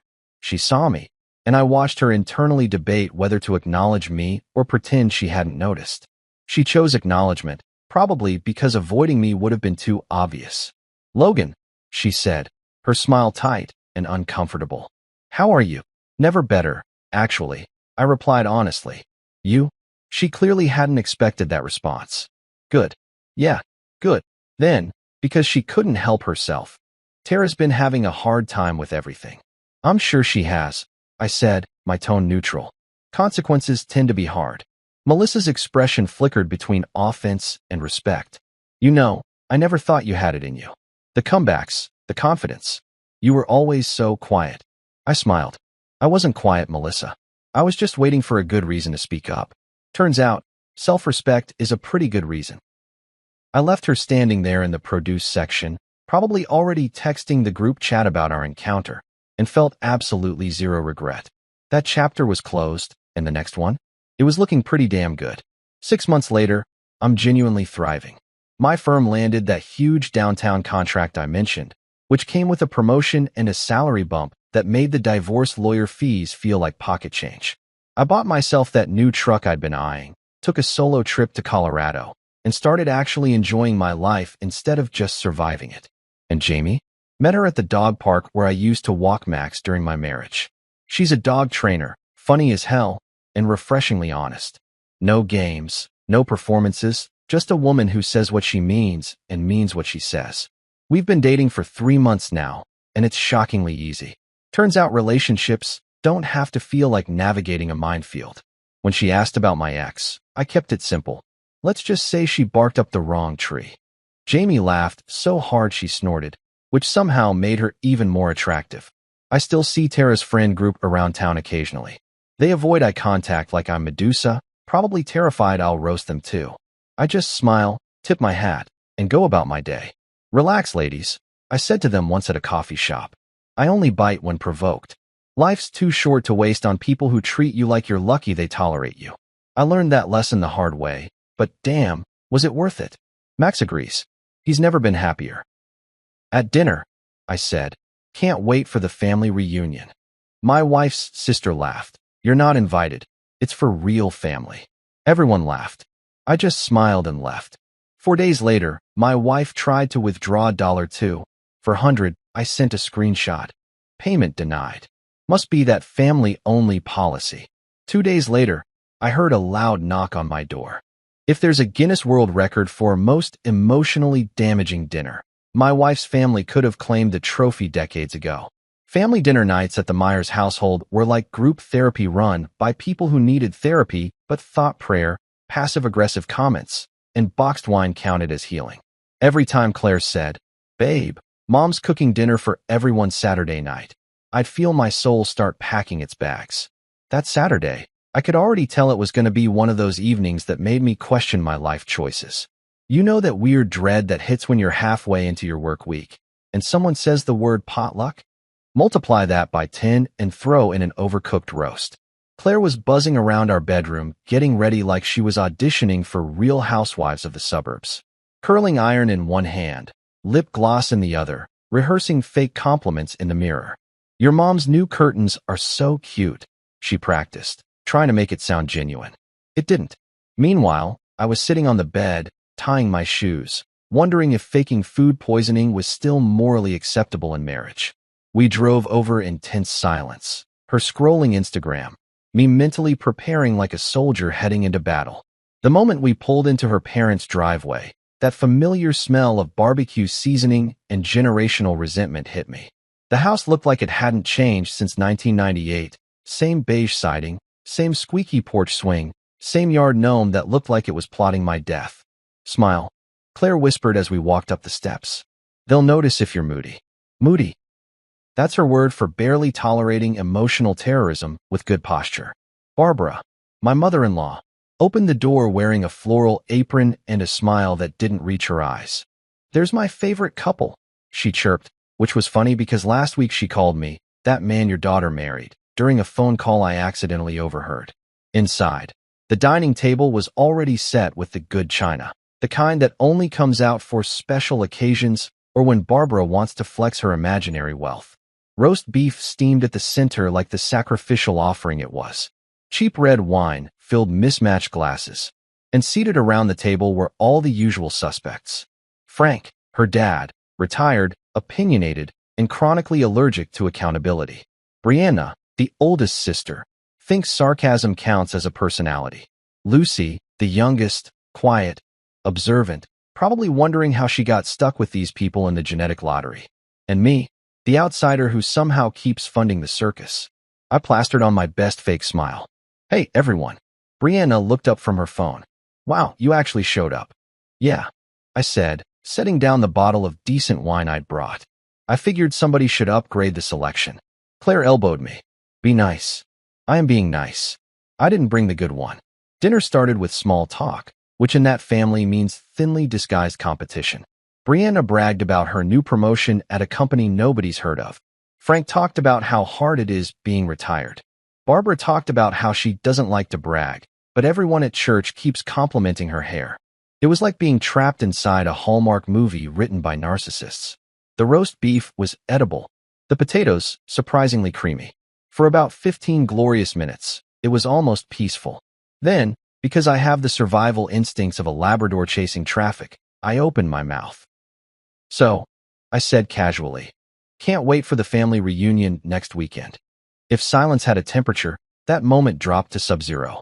Brianna froze mid-chew, exchanged glances with her parents, and then slowly turned toward me with a smirk that screamed, "Watch this." "Oh," she said sweetly, "you're not invited. It's for real family." The table erupted in laughter like a bad sitcom audience cue. Even Frank chuckled, trying to look like he wasn't enjoying it too much. Barbara covered her mouth, pretending she was horrified but clearly delighted. And then Claire, my wife, laughed too. Not a nervous chuckle. Not a "let's diffuse this" giggle. A full-on laugh. "Oh, come on," she said between giggles, patting my arm like I was a toddler throwing a tantrum. "Don't be dramatic, babe." The laughter kept echoing. My fork hovered midair, the roast beef on it looking like the last shred of my dignity. I stared around the table at all of them. These people who had borrowed money from me, who'd called me to fix leaky roofs and cover unexpected bills. And here they were, laughing at me like I was the family mascot. I smiled. Not because it was funny, but because it was the kind of smile you practice in front of a mirror before a murder trial. "Good one," I said evenly. "Real family. Nice touch." Brianna, sensing blood in the water, doubled down. "Oh, don't take it personal. You're just more of a guest star, you know." "Guest star," I repeated. "Right. Must have missed that in the wedding vows." Claire rolled her eyes. "Oh, please. It was just a joke." "Sure," I said, sipping my wine. "And heart attacks are just chest high fives." Nobody laughed this time. Barbara shifted uncomfortably. Lucy glanced at me with that "I'm sorry my family's feral" look. That's when I decided I was done playing along. For years, I'd been the punchline guy, the easygoing husband who'd eat the insults along with the mashed potatoes. But something inside me snapped, quietly, like a switch flipping. I set my fork down, folded my napkin neatly beside the plate, and pushed back my chair. Claire blinked. Where are you going? Dinner's not over. Yeah, I said. I think for me it is. Barbara frowned. Oh, don't be silly. Brianna was just teasing. Teasing, I repeated. Right? Is that what you call group humiliation now? Cute rebrand. Brianna scoffed. You're seriously leaving? You can't take a joke. Oh, I can take jokes, I said. I've been married into this family for 7 years. That's a joke endurance course. That one landed. Even Lucy snorted. Frank's jaw tightened. You're being disrespectful in my house. Technically, I said, the bank's house. But point taken. Claire hissed. Can we not do this right now? Sure, I said lightly, picking up my jacket. We can schedule it between the reunion I'm not invited to and the next time your dad needs help fixing his credit. The silence that followed could have qualified as spiritual. You could hear the tick of Barbara's decorative wall clock, every second a tiny applause for my restraint. I smiled one last time, nodded at Lucy, and headed for the door. Behind me, Brianna muttered, drama queen. I turned just enough to say, and you're the family jester. Guess we both have roles. The look on her face? Worth every unpaid therapy session. When I stepped outside, the night air felt like freedom, cold, honest, unfiltered. I stood on that porch for a second, breathing it in like oxygen after years underwater. My car was parked under the flickering streetlight, which felt poetic in a depressing kind of way. As I drove home, I didn't turn on the radio. Didn't need to. My thoughts were loud enough. I replayed the scene in my head like a movie I couldn't stop watching. Every laugh, every smirk, every time I brushed it off in the past because that's just how they are. But no, that's not how family acts. That's how parasites act, with table manners. When I got home, I poured myself a whiskey. Double, neat, and sat in the dark. No TV, no music, just silence. The kind that lets your thoughts get louder until you can't ignore them anymore. I thought about the early years, when I first met Claire, when her family pretended to like me because I was new and shiny. Back then, I thought their teasing was just part of their charm. But charm fades when the jokes always cut in the same direction. What hurt wasn't Brianna's comment. It wasn't Frank's smug laugh or Barbara's fake shock. It was Claire's reaction, the way she joined in like it was nothing. Like my humiliation was background noise. That was the moment something inside me shifted permanently. I realized I'd been trying to earn a place in a club that never intended to give me a membership card. And for what? Approval? Validation? The illusion of unity? Screw that. I wasn't angry, not exactly. Anger burns fast. What I felt was colder, steadier. It's the kind of calm that makes people nervous because they can't predict what comes next. I looked at the clock, 10:17 p.m., and smiled to myself. Tonight, I stopped being the clown they laughed at. I stopped being the free emotional labor, the fixer, the guy who doesn't mind. Tonight, I became the audience. And audiences don't beg for inclusion. They watch. They take notes. And eventually, when the show gets too bad, they walk out. I sipped my whiskey, leaned back, and whispered into the dark, show's over. But in truth, it wasn't. It was just intermission. You know what's funny? Not jokes. Jokes have punchlines, timing, a setup that at least pretends to make sense. What happened to me was more like a slow-burn prank, one so well-coordinated that even I, the guy who planned half of it, didn't realize I was the butt until the curtain dropped. Here's the thing about family. They always say blood is thicker than water, but nobody tells you what to do when that blood starts acting like it's after your wallet. See, I was the guy who always showed up, the one who picked up the tab, who offered help before being asked. Claire's family loved to call me reliable. Now I know that's code for the idiot who keeps paying. The family reunion was supposed to be my redemption arc. After years of being the background husband, the +1 who got laughed at for not knowing every inside joke, I thought maybe organizing something special would change that. Some twisted part of me believed that effort equaled acceptance.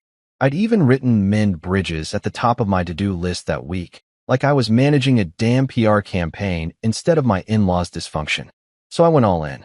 I searched for weeks, scrolling through rental listings like a travel agent with trust issues. Finally, I found it. A rustic lake cabin about 2 hours away, big enough for everyone, surrounded by pine trees and fake peace. It even had a hot tub, because apparently, rich people soak to forget their problems, and this family definitely needed to forget a few. I handled everything. Checked dates, called everyone individually, Because Lord forbid these people reply in a group chat, and got everyone to confirm. Claire said, "Wow, babe, that's so thoughtful." Her mom texted a thumbs-up emoji, which is basically her version of a love letter. Even Brianna managed to send a cool, "can't wait," before disappearing into whatever vortex self-absorbed people live in. So, I paid the deposit. Half up front, non-refundable. My card. My money.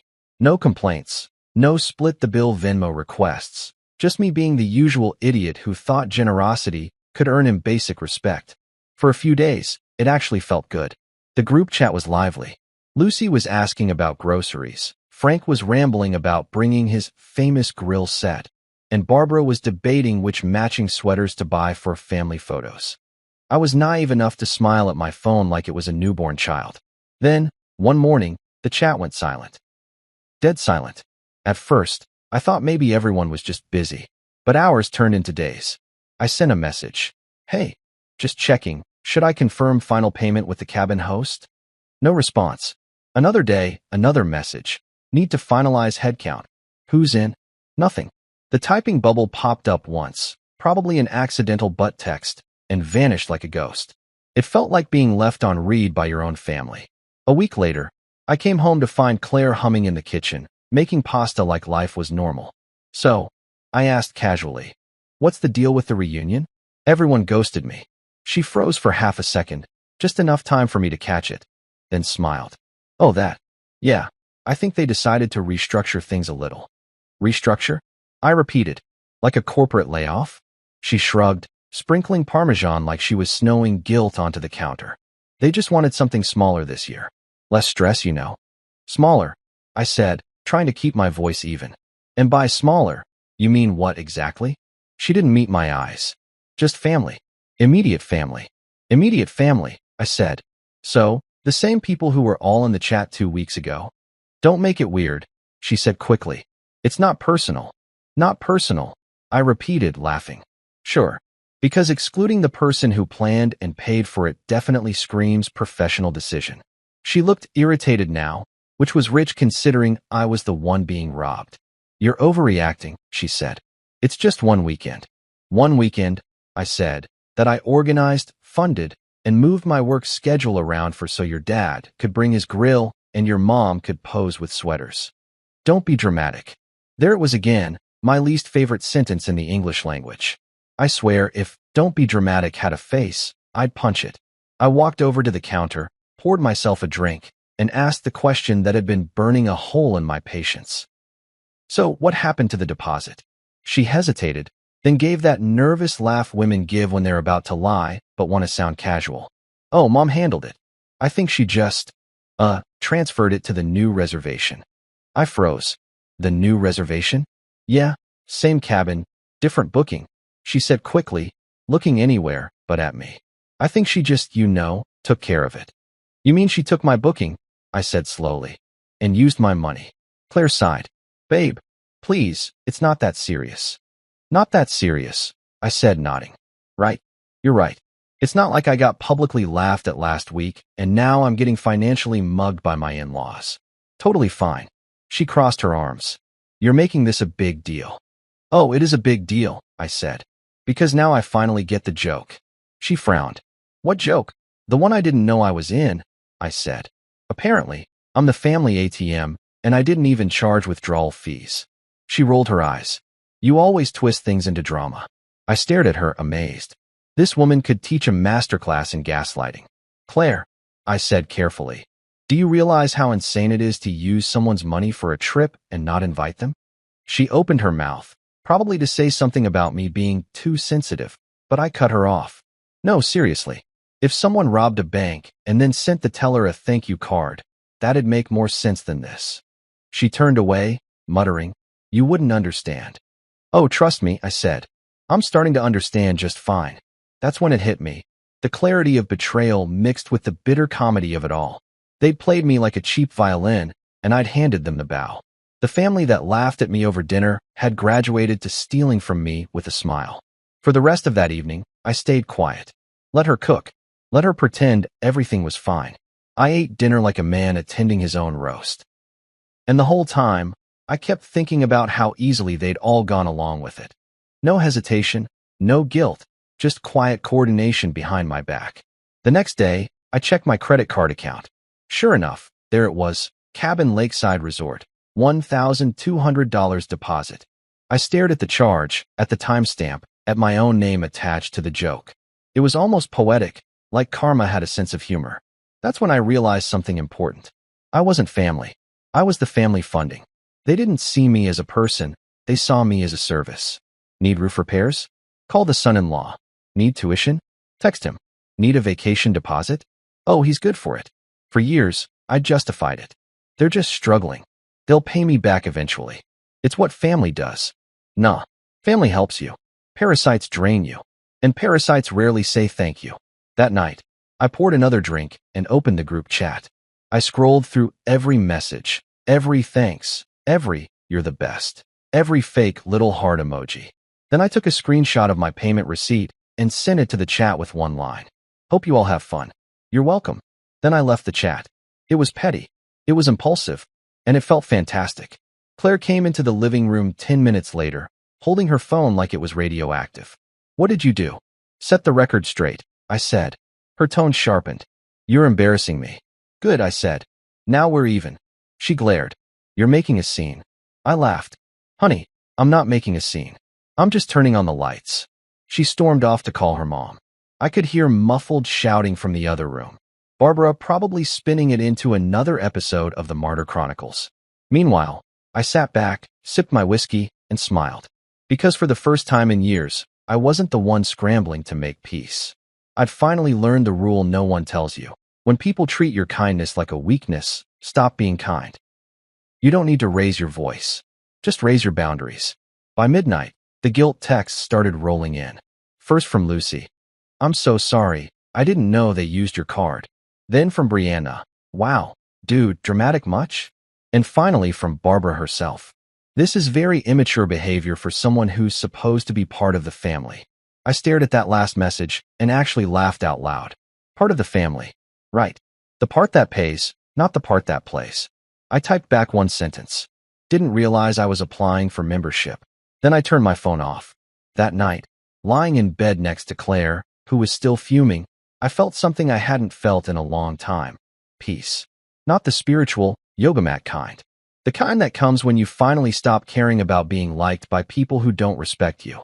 Because here's the truth no one admits. When you stop trying to fit into other people's version of family, you finally start finding your own. And yeah, maybe they thought they'd excluded me from their precious little weekend, but the joke's on them. They didn't cut me out. They freed me. For days after the great family-only revelation, I woke up to the soothing sound of Claire yelling at her phone like it owed her money. Which, ironically, it kind of did. The morning started innocent enough. Coffee brewing, sun coming through the blinds, me trying to convince myself that adult life still had purpose. Then I heard the unmistakable tone of my wife's outrage echoing from the kitchen. What do you mean transaction declined? She snapped. It was the kind of tone usually reserved for traffic cops and Starbucks baristas who dare spell her name wrong. I leaned against the doorway, sipping my coffee, and asked, Everything okay, sweetheart? She turned, face pale, holding her phone like it had just betrayed her. The emergency fund card isn't working. She said it like she'd just discovered gravity stopped working too. Now, the emergency fund was my pride and joy. Built over 3 years of cutting corners, late-night freelance gigs, and a whole lot of self-control. It wasn't glamorous money, it was grown-up money. The kind you build for broken transmissions, medical bills, or sudden life disasters. You know, real emergencies. Except in Claire's dictionary. Emergency apparently included designer handbags and last-minute family contributions. How much were you trying to take out? I asked, already suspecting the answer would raise my blood pressure. 2,400, she said without flinching, like that was the most normal number in the world.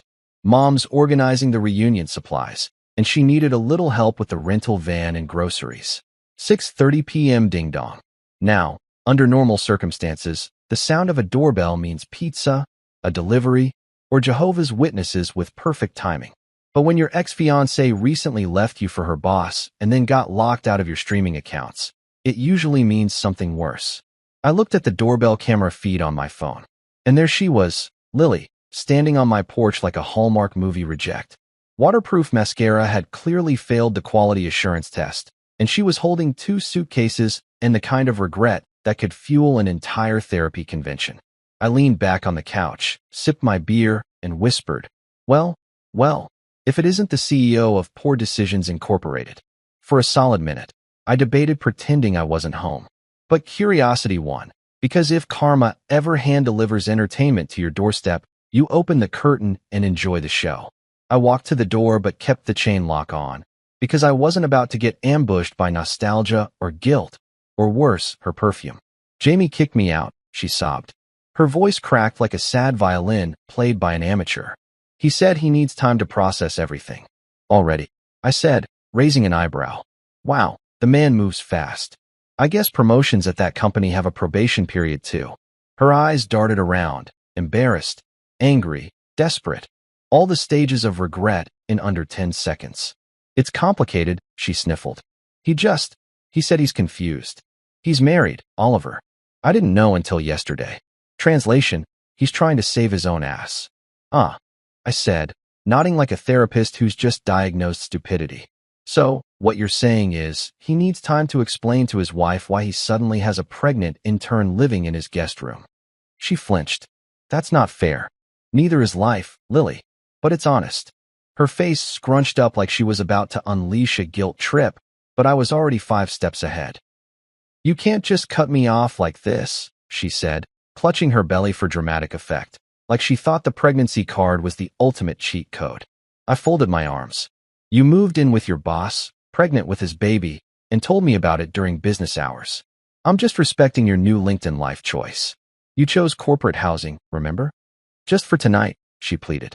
Please, Oliver. I have nowhere else to go. I leaned slightly forward, keeping the chain tight. Sorry, occupancy's full. Try the HR department. Maybe they can do an employee wellness check. Her expression twisted into disbelief. You're heartless. No, I said. I just learned boundaries. I closed the door gently, letting the chain rattle for emphasis. She banged on it, shouting my name like I was some kind of rom-com hero about to chase her through the rain. But this wasn't a Nicholas Sparks movie. This was real life, and my popcorn was getting cold. I turned up the volume on my TV. The sound of the Office theme song drowned out her crying. Honestly, it was beautiful, like a meditation app that finally worked. She eventually stopped knocking. The camera showed her sitting on the porch steps, mascara streaked, and scrolling her phone, probably texting every person in her contacts list for a backup couch. I imagined the message. Need a place to stay, temporarily homeless but emotionally available. About an hour later, she left. The headlights of an Uber lit up the driveway, and she dragged her suitcases away, head low. The universe gave me a parting gift, the soft thud of her heel breaking as she stumbled onto the curb. I raised my beer. Cheers to gravity and karma. The next morning, I woke up feeling lighter, like someone had vacuumed the emotional dust out of my life. I brewed coffee, opened the blinds, and there it was again, silence. The kind that felt earned. But peace, my friend, never lasts long when drama knows your address. Around 10 a.m., my phone buzzed. New text, unknown number. I didn't even have to open it to know. Please, I made a mistake. Jamie lied about everything. I can't afford this motel. There it was. The Desperation Trilogy. I screenshotted them all and put them in a folder titled Future Comedy Material. Maybe one day, I'd read them during my best man's speech, at someone else's wedding, obviously. By noon, my phone was vibrating like a blender. She was borrowing phones now, friends, co-workers, probably her sister. The messages ranged from manipulative to pathetic. Then her sister Zoe called my work line. My work line. The audacity. I answered, voice professional. Oliver Bennett speaking. Don't act formal with me, she snapped. Lily told me everything. You're heartless. She's pregnant and homeless. I leaned back in my chair. Homeless? She moved out voluntarily. That's called remote work. You're unbelievable, she said. She's carrying a child. Yeah, and she's also carrying the consequences of her decisions. Big difference. Click. End of conversation. 5 minutes later, her mom called. Because of course she did. Oliver, how could you throw a pregnant woman out on the street? I sighed. Elaine, she threw herself out. I just changed the locks. You should be ashamed of yourself, she shouted. Trust me, I was. For about 5 years. Then she moved in with her boss and cured me. She gasped so dramatically I thought she might pass out. I ended the call before she started quoting scripture. By lunchtime, my coworkers were whispering. You can always tell when gossip starts circulating. The break room goes quiet when you walk in, and people suddenly discover the fascinating art of stirring coffee in silence. I heard snippets: heartless, sociopath, emotional detachment. I smiled. People say those things like they're insults, but I call it mental cybersecurity. You learn to firewall your feelings after enough malware, disguised as love, tries to log in. That evening, I met up with Mason for drinks. He'd been dying to hear the sequel. So, let me get this straight, he said between sips. She cheated, got pregnant, moved in with her boss, got kicked out, and now she's trying to move back in with you? Correct, I said, nodding. Apparently, my house is now her backup server. He whistled. Damn, that's bold. I wouldn't even have the confidence to ask my ex for Wi-Fi, let alone housing. She's got gall, I'll give her that. He leaned in. You gonna cave? I gave him a look that could have frozen lava. Mason, I changed the locks. I revoked her Prime account. I'm this close to calling NASA to remove her from the planet. He laughed so hard the bartender looked over. You're evil, bro. Evil? Nah, just organized. When I got home that night, I checked my doorbell camera again out of habit. No crying ex, no emotional blackmail, just peace. Beautiful, uneventful peace. I poured a drink, sat back, and thought about how quickly tables can turn. 1 week ago, she was choosing champagne flutes for our wedding registry. Now she was probably Googling cheap extended stay motels with breakfast. The poetic symmetry almost made me emotional. Almost. I'll be honest, though, there was a weird satisfaction in knowing I didn't break down, didn't beg, didn't turn into the cliché guy sending 3 a.m. I miss you texts. I handled it with grace and sarcasm, the two greatest weapons of the emotionally evolved. Still, there's something wild about how fast a relationship can implode.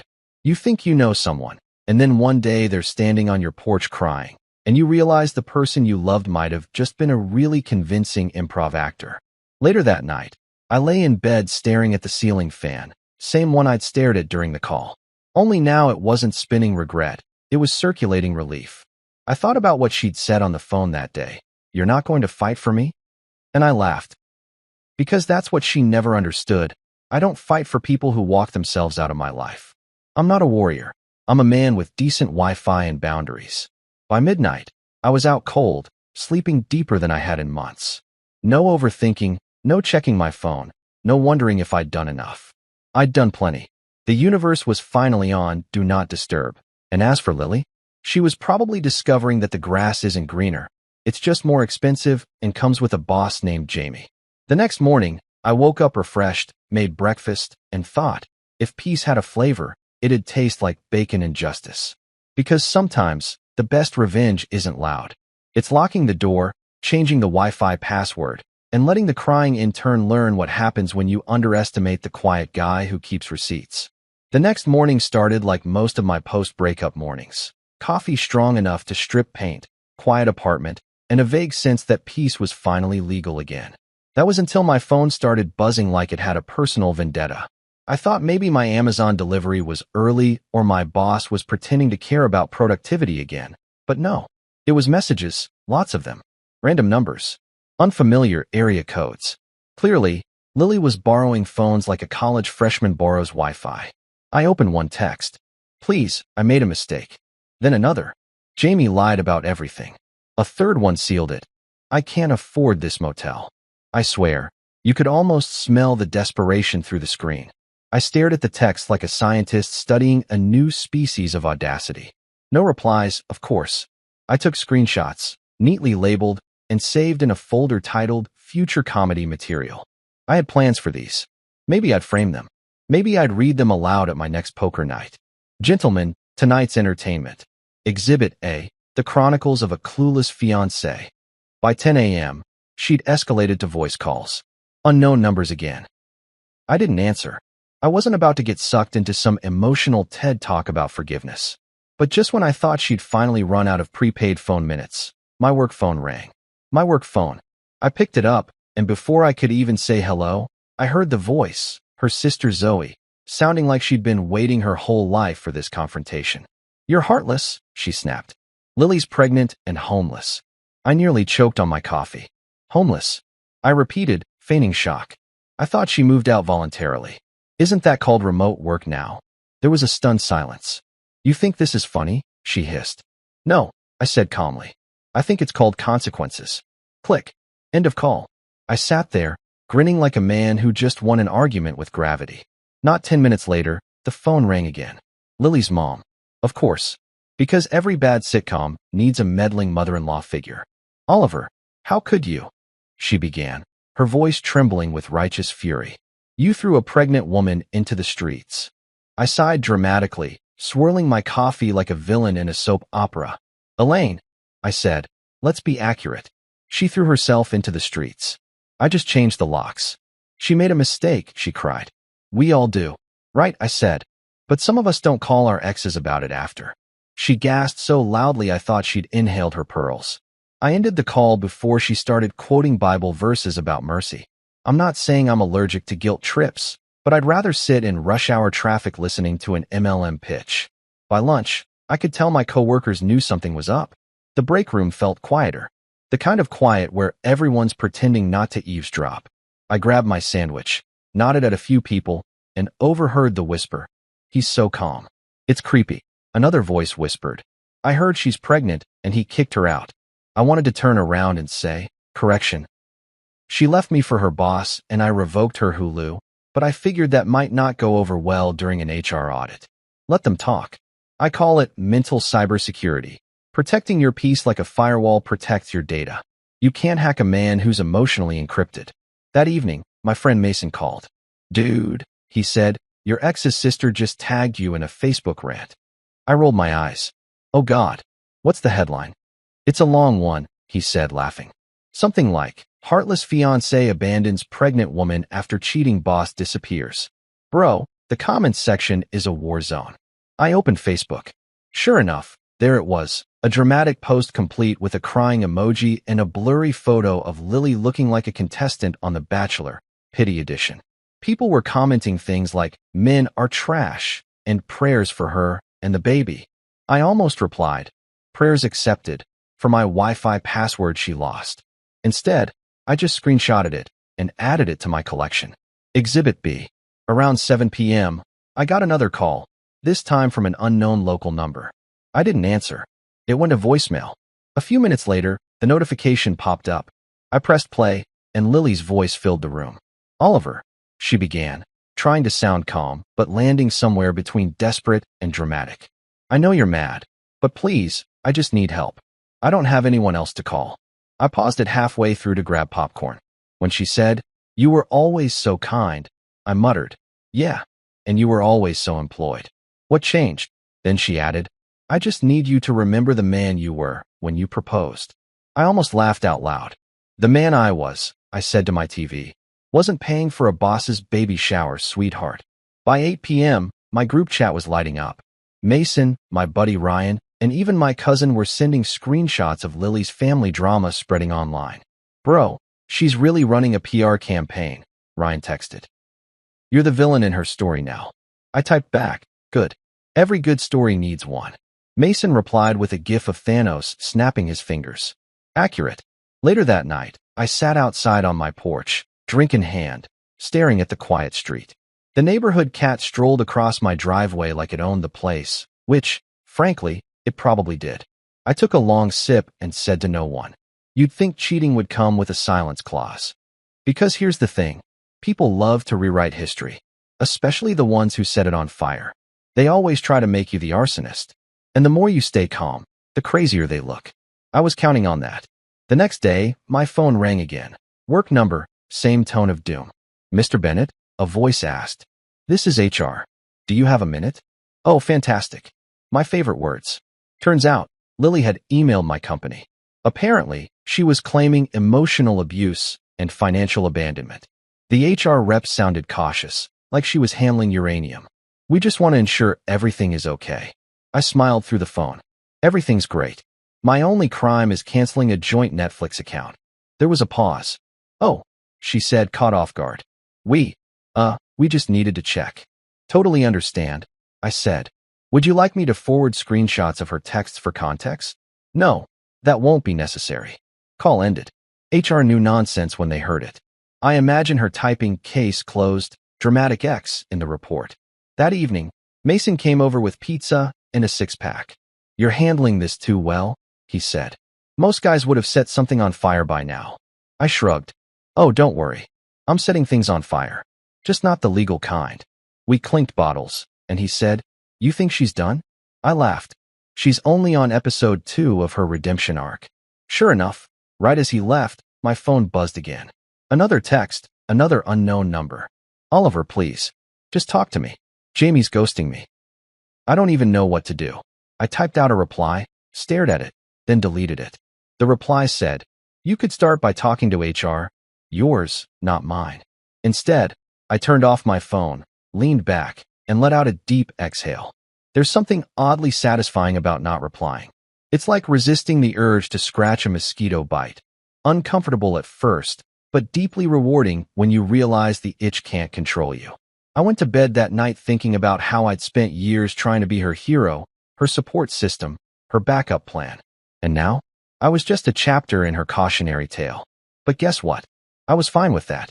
Because while she was playing the victim on Facebook, I was living rent-free in her head, and she wasn't in mine anymore. The next morning, I woke up to one final masterpiece, a group text. I don't know how she did it, but she managed to create a chat that included me, her sister, her mom, and a couple of mutual friends. The message said, Can we all be adults and talk this out? I nearly spit out my coffee. Talk this out? Like we were a college project team? No, thank you. I hit leave conversation faster than a cat dodging a bath. Seconds later, Zoe texted me separately. You're so immature. I smiled and replied, No, I'm just unavailable for bad management. Then I blocked her. And just like that, my morning was peaceful again. I looked around my apartment, the one I now fully owned emotionally and physically, and realized something. I'd finally reached the point where her chaos was nothing more than background noise. The calls, the messages, the online pity campaign, none of it mattered. Because at the end of the day, when you stop feeding drama, it starves itself. By 5 p.m., I poured myself a drink, sank into my couch, and raised a silent toast to the calm. The calls had stopped. The group texts had failed. Even the internet had moved on. And somewhere out there, Lily was probably learning the hardest lesson of all. That some bridges don't burn because someone set them on fire. They just collapse under the weight of their own lies. 2 days after the group text fiasco, I was in the middle of what normal people call moving on, which for me meant reorganizing my spice rack and pretending that alphabetizing paprika and pepper somehow counted as self-care. The phone buzzed. It was Mason. When a friend calls at 9 a.m. on a Saturday, it's either bad news or a multi-level marketing pitch. Bro, he said, sounding like a man who'd just discovered buried treasure. You sitting down? I dropped the paprika. I'm in my kitchen, not the stock market. What's up? He paused for dramatic effect. Jamie's married. I blinked. Come again. Married. Wife. House in the suburbs. 2 kids. Golden retriever. The whole Pinterest board. For a solid 5 seconds I said nothing. Then I laughed. That slow, uncontrollable laugh that starts in your chest and ends in your soul. You're telling me the man who convinced my fiancée to run off and start a family already had one? Yup, Mason said. Apparently, his wife found out about Lily. It's all over the office group chat. HR's having a meltdown. I nearly spilled my coffee. Oh, this is better than Netflix. Let me paint the picture. Jamie, the guy with the no-sock loafers and the leadership guru haircut, had been playing double life bingo. Wife at home, mistress in middle management, baby on the way, and company assets funding both lifestyles. He really thought he was invincible. Newsflash, Karma has a LinkedIn account too. I opened my laptop, because obviously I had to confirm this masterpiece myself. A quick scroll through LinkedIn and boom, Jamie's profile had gone from dynamic team leader passionate about growth to currently seeking new opportunities. Translation, fired. His photo was gone, banner removed, endorsements vanished like witnesses in a mob movie. Corporate witness protection. Mason was still talking, feeding me details like a gossip podcast host. Apparently, His wife showed up at the office yesterday. Full-blown soap opera scene. She found out through his credit card statements. There were hotel charges, baby store purchases, and an Amazon order for prenatal vitamins. I whistled. Damn. Caught by capitalism. Exactly, he said. And get this, she confronted him during the staff meeting.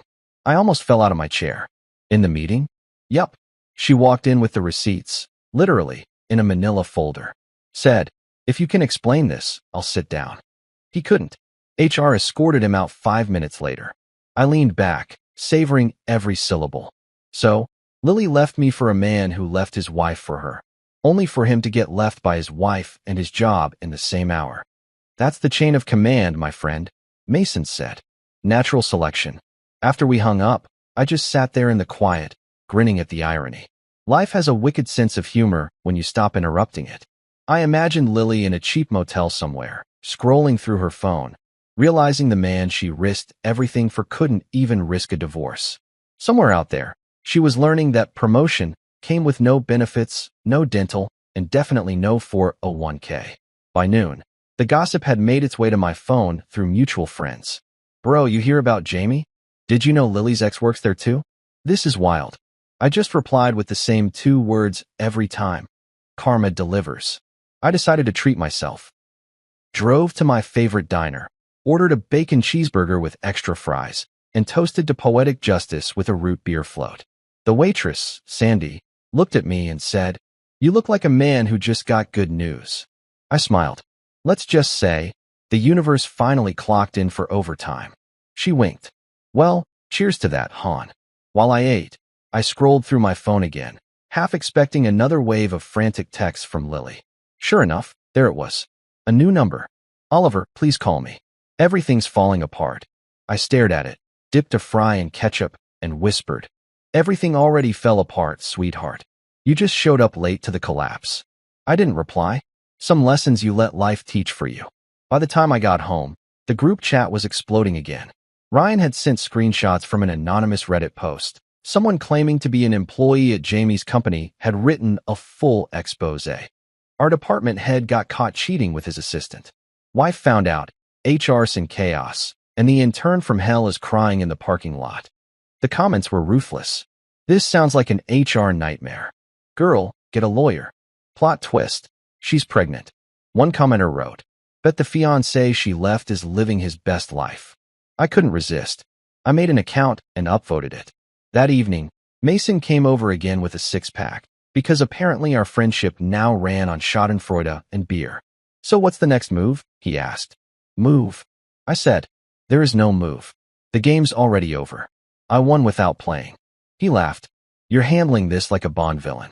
Nah, I said.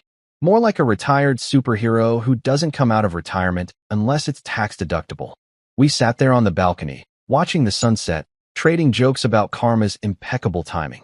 Mason said, you think she'll try to come back again? I shrugged. Probably. But if she does, she'll find out my heart's under new management. Damn, he said. You rehearsed that line, didn't you? Since the jewelry refund cleared. Later that night, I was brushing my teeth when I heard the faint ping of another message. I glanced at the phone. Another unknown number. I sighed, unlocked it, and read, Jamie won't talk to me. His wife called me a home-wrecking gold digger. I don't know what to do. I wiped my mouth, stared at the screen, and said out loud, you could start by taking accountability. But that's probably not in your skill set. Then I deleted it. Not blocked, deleted. Blocking would have been an acknowledgement. Deleting was indifference. The next day, I woke up feeling like I'd slept through a thunderstorm and woken up in clear weather. It's funny how fast peace returns when you stop explaining yourself to people committed to misunderstanding you. At work, HR was gossip-proofing like crazy, official memos about professional boundaries and office relationships. My boss, Greg, called me into his office. Hey man, he said, closing the door. I just wanted to check in. I heard about you know. I smiled. You mean the corporate soap opera starring my ex and her boss? He chuckled awkwardly. Yeah, that. You holding up okay? Never better, I said. Turns out betrayal is great for productivity. I finished 3 reports before 10 a.m. Greg nodded. Good attitude. For what it's worth, everyone's on your side. Appreciate it, I said. Tell them I accept sympathy in the form of paid leave. He laughed. Get back to work, Bennett. By the end of the day, I had a dozen unread texts, most of them from unknown numbers that I assumed were Lily's new burner phones. The final one made me snort aloud. I made a mistake leaving you. Jamie ruined everything. I just wish you'd talk to me. I typed a reply just to get it out of my system. Talk to you about what? The weather? The thunderstorm of your own making. Then I deleted it again. Silence was the only language I wanted to speak. That night, I poured myself a glass of whiskey and scrolled through old photos one last time. Not to reminisce, just to delete. Each swipe was like clearing browser history on a bad life decision. Our vacation in Miami? Gone. Her birthday dinner? Gone. The selfie we took outside the jewelry store? Double gone. By the end, my gallery looked like a man who'd never heard of Lily in his life. That's when I realized I didn't hate her. Hate takes energy. I was just done. Emotionally logged out. Sometime around midnight, Mason texted me again. Just saw a post. Jamie's wife filed for divorce and is suing him for misuse of company funds. I grinned. So the sequel's better than the original. Dude, he said, you need to write a book about this. Already living it, I replied. Working title, The Promotion She Didn't Deserve. Before bed, I stood by the window, looking out at the city lights. Somewhere across town, Lily was probably crying in a motel room, realizing her boss wasn't her happily ever after, but her exit interview from Common Sense. And for the first time since that infamous phone call, I felt completely free. Not angry, not bitter, just untethered. It's weird, the moment you stop wanting closure. You realize it's not something they give you. It's something you give yourself when you stop replaying the scene. She'd made her choices, and life was cashing those checks with interest. I finished my drink, raised the glass to the window, and said softly, to Jamie's wife, may her lawyer be ruthless. Then I laughed, turned off the lights, and went to bed.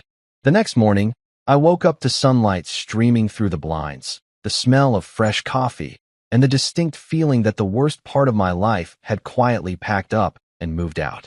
My phone buzzed one more time. A final text from Lily. I just wish things could go back to how they were. I stared at it, smiled, and typed one last message before deleting her number for good. They did, for me. A week after the whole Jamie's married revelation, I was back to what I now called post-chaos normal. My mornings were quiet again. My coffee maker didn't sound like it was competing with someone's hairdryer, and my living room didn't smell like Sephora exploded. Life was finally stable, which, of course, meant the universe was about to test that. It happened on a Tuesday, because bad news never respects weekends. I got to work early, ready to impress my boss by existing, when I saw a plain white envelope sitting on my desk. No postage, just my name written in handwriting that looked like cursive met caffeine withdrawal. I flipped it over, and there it was, certified mail. Now, I don't know if you've ever received a certified letter at work, but it's basically the adult version of we need to talk. Nothing good ever comes in one. Either you're being sued, audited, or, in my case, haunted by your ex with access to a post office. I tore it open, expecting divorce papers I didn't need, or maybe a bill for emotional damages. Instead, it was 3 handwritten pages, soap opera penmanship, hearts over the I's, dramatic loops on the Y's. I didn't even need to read the signature. I could smell the regret through the ink. Oliver, it began, I never meant for things to happen this way. You abandoned me in my time of need. That line almost made me spit out my coffee. I abandoned her. Ma'am, you moved out with a duffel bag and a boss who already had a wife. I kept reading because sometimes stupidity deserves an audience. Please pay for my hotel until I get back on my feet. We should go to couples therapy to heal this betrayal. This betrayal. Not her betrayal, mine. I had to reread that part just to make sure my brain wasn't experiencing lag. I wasn't sure whether to laugh or frame the letter as a piece of performance art. It was like reading a script written by someone who'd slept through reality. I walked straight to the break room where my friend Ryan, our office's resident lawyer/sarcasm supplier, was pouring coffee. I slid the letter toward him like it was evidence in a criminal trial. Read this, I said. He started reading. His face changed expressions faster than a malfunctioning emoji keyboard. By paragraph 2, he was wheezing. Oh my God, he said between laughs. If I die laughing, you can sue her for emotional distress. Is this not insanity? I asked. Ryan held up a hand, still chuckling. This is gold, man. You don't respond to this, you archive it. One day Netflix will call, and you'll need this for the writer's room. We kept the letter. I folded it neatly, put it in a folder labeled Evidence for the Biopic, and slipped it into my desk drawer. Because honestly, who knows? Maybe one day I'll sell the movie rights. The promotion she didn't expect, based on poor life choices. The rest of the day went by uneventfully, except for the fact that I couldn't stop thinking about how someone could twist reality so hard it snapped. I mean, she really believed I owed her something. As if heartbreak came with alimony. Around 6 p.m., I got home, dropped my keys on the counter, and saw another letter slipped under my door. Not certified this time, but the handwriting was the same. Round 2. I muttered, tearing it open. Oliver. It began again. Apparently, introspection wasn't her strong suit. I forgive you for how you treated me. Forgive me.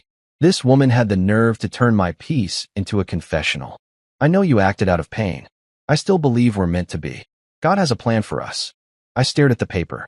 God might have a plan, but I was pretty sure it didn't involve me Venmoing her hotel bill. Halfway through, she mentioned how lonely she was and how this baby deserves a father figure with integrity. That one almost made me snort my drink. Integrity? Lady, you cheated with your married boss. I'm not the integrity fairy. I took a photo of the letter and sent it to Ryan and Mason with one caption, the sequel no one asked for. Mason replied, tell her to send it by FedEx next time so it feels more official. Ryan sent back, frame it. Title it, Certified Delusion. By the next day, it wasn't just letters. It was voicemails. Long ones. Emotional ones. Some started with crying, some ended with accusations. One of them went, Oliver, I saw your car at the diner. Were you with someone? I was a cheeseburger. But I didn't think that counted as infidelity. She left 7 messages in 2 days, each progressively more dramatic than the last. I started rating them like podcasts. Episode 1, The Lonely Hotel. 3 stars, solid emotional delivery, lacks self-awareness. Episode 2, The Father of Integrity. 2 stars, repetitive plot. Episode 3, The Universe is Testing Me. 1 star, weak ending, too much crying. By the time episode 7 dropped, I was considering charging a subscription fee. At lunch on Thursday, Ryan and I were at our favorite spot downtown, the kind of place that serves burgers big enough to solve emotional problems. I told him about the voicemails, and he shook his head. You know what this is, he said. Classic deflection. She's rewriting the narrative because she can't handle being the villain. Then she should have picked a different genre, I said. I'm not signing up for a redemption arc. He laughed. Man, you should start a podcast, Letters from My Ex, a cautionary tale. Season 1 sponsored by Common Sense, I said, which she clearly ran out of. When I got home that night, there was a 3rd letter waiting. No envelope this time, just folded and tucked into my mailbox like a teenage breakup note. I opened it, bracing myself. Oliver, I saw your friend Mason's post. Are you mocking me online? I laughed so hard I almost dropped it. Mason had posted a meme earlier that said, when your ex leaves you for her boss, but ends up jobless and homeless. That's not heartbreak, that's a plot twist. I guess subtlety wasn't our strong suit. The letter went on for 2 pages about public humiliation and privacy violations. Then it ended with, if you have any decency left, help me get through this pregnancy. I folded it neatly and muttered, I have decency, just not amnesia.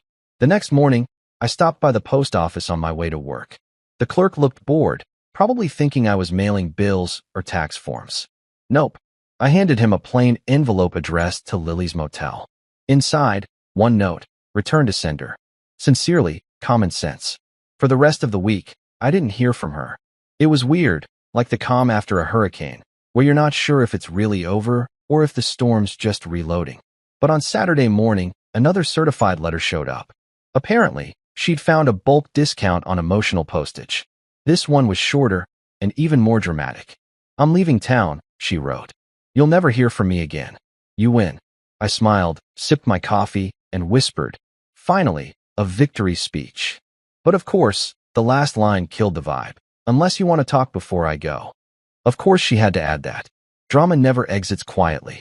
It always leaves the door cracked open. I didn't respond. Didn't call. Didn't text. I just went about my weekend like a man who'd passed a difficult exam. I even went grocery shopping, something I'd avoided because that store was full of Lily's ghosts. But this time, it was different. No sadness, no nostalgia, just me, buying steak, beer, and freedom. Sunday afternoon, Mason and Ryan came over to watch the game. Mason spotted the stack of letters on my counter and said, "Damn, bro, she's building a paper trail." "Yeah," I said, "a trail straight to irrelevance."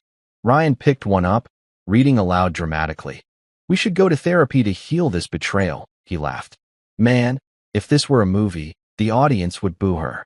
"Exactly," I said. "This isn't therapy. It's public relations." Mason cracked open a beer.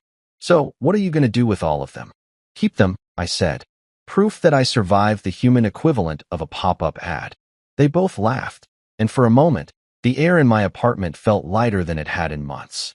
I realized that while she was writing chapters of regret, I was writing a new story, one with peace, beer, and people who actually understood boundaries. When they left that night, I stood by my window, watching the streetlights flicker against the quiet neighborhood. Somewhere out there, Lily was still writing letters, still spinning her version of events. But it didn't matter, because I wasn't her audience anymore. I raised my glass one last time and said softly, "Certified received, drama returned to sender." And with that, I finally, officially, closed the chapter. Wednesday evening began innocently enough. I'd just finished microwaving leftover Chinese food that had definitely seen better days and was halfway through an episode of Better Call Saul when my doorbell rang. At first, I assumed it was a delivery. Maybe Mason had finally ordered that dumb, "congratulations on your emotional maturity" cake he'd been threatening to send me. But when I glanced at the doorbell camera, the universe rewarded me with an encore performance from my favorite recurring sitcom characters, Lily's parents, Martin and Elaine, aka the ghosts of poor decisions past. I froze, chopsticks midair. They looked exactly how I remembered. Martin in his ever-present golf sweater even though it was 75 degrees, and Elaine wearing pearls big enough to pick up satellite signals. The two of them stood on my porch like Jehovah's Witnesses for guilt. I muttered, "Oh God, they've come to reclaim the warranty on their defective daughter." I opened the door a cautious 3 inches, enough to establish dominance, but not enough for them to wedge in emotionally. Martin smiled that awkward, trying to be reasonable smile. "Oliver, can we come in for a moment?" I gave him the look of a man evaluating whether forgiveness was tax-deductible. "Depends. Is this a social call or an intervention?" Elaine answered for him, voice trembling like she'd practiced this monologue in the car. "Oliver, she's pregnant. She's scared. She has nowhere to go." I sighed theatrically. "Elaine, she's pregnant and employed. Scared maybe. Homeless, no? That's a personal budget issue." Martin stepped forward, hands raised like a hostage negotiator. "Son, we're not here to start a fight. We just think you could show a little compassion." "Compassion?" I repeated, leaning on the doorframe. "Martin, your daughter left me for her married boss and now wants me to fund her maternity leave. Compassion's in short supply this fiscal year." Elaine gasped like I'd just kicked a puppy. "How dare you speak about the mother of your unborn child like that?" I blinked. "Whoa, let's stop right there, Broadway. That's not my unborn child. That's Jamie's unpaid internship." Her eyes went wide, and I swear if indignation were a sport, she'd have broken a record. "You men are all the same," she hissed. "Ma'am," I said calmly, "please don't lump me in with your son-in-law's boss's boyfriend. I'm just trying to watch Netflix." Martin sighed. "Look, Oliver, we know mistakes were made." "Plural, yes," I interrupted. "And one of them's still wearing waterproof mascara somewhere in a motel." Elaine stomped her heel. "You think this is funny?" "Honestly," I said, scratching my chin. "A little. Tragic comedy, really. Somewhere between Maury and Shark Tank." She turned to her husband, whispering, "He's heartless." Martin, to his credit, still tried diplomacy. "Oliver, maybe you two could talk it out. You had something good once."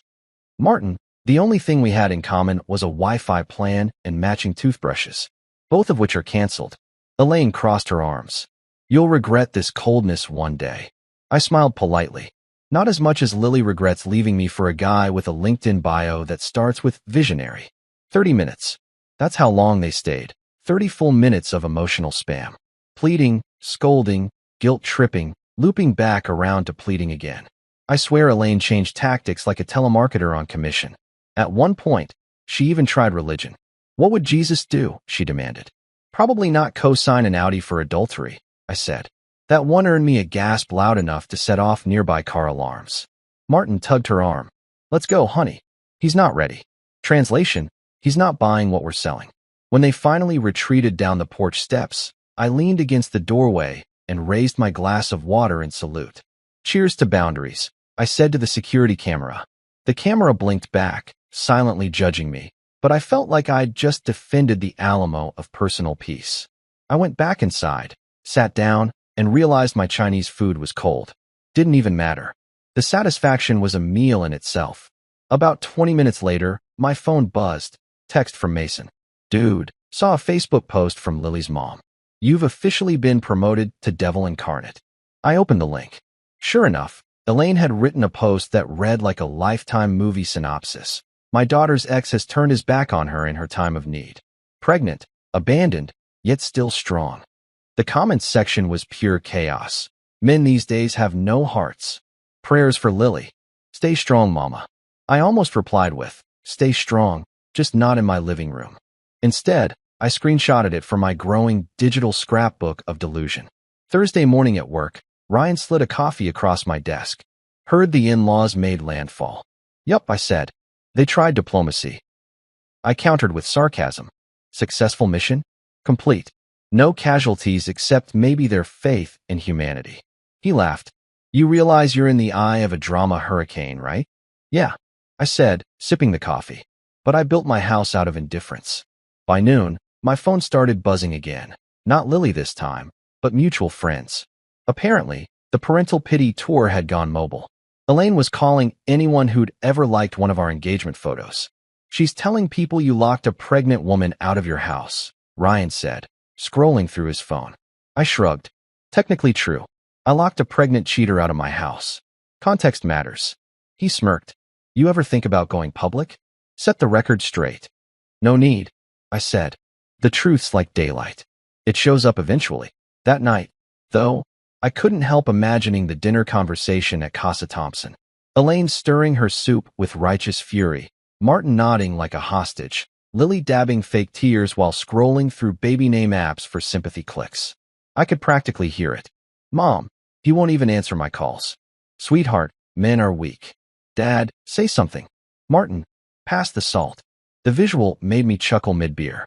Friday evening, I came home from work to find a small box on my porch. No return address. For a moment, I thought, please tell me she didn't send me a baby announcement already. I opened it cautiously. Inside was a framed photo of Lily and me at our engagement shoot, smiling like two idiots who believed in happily ever after.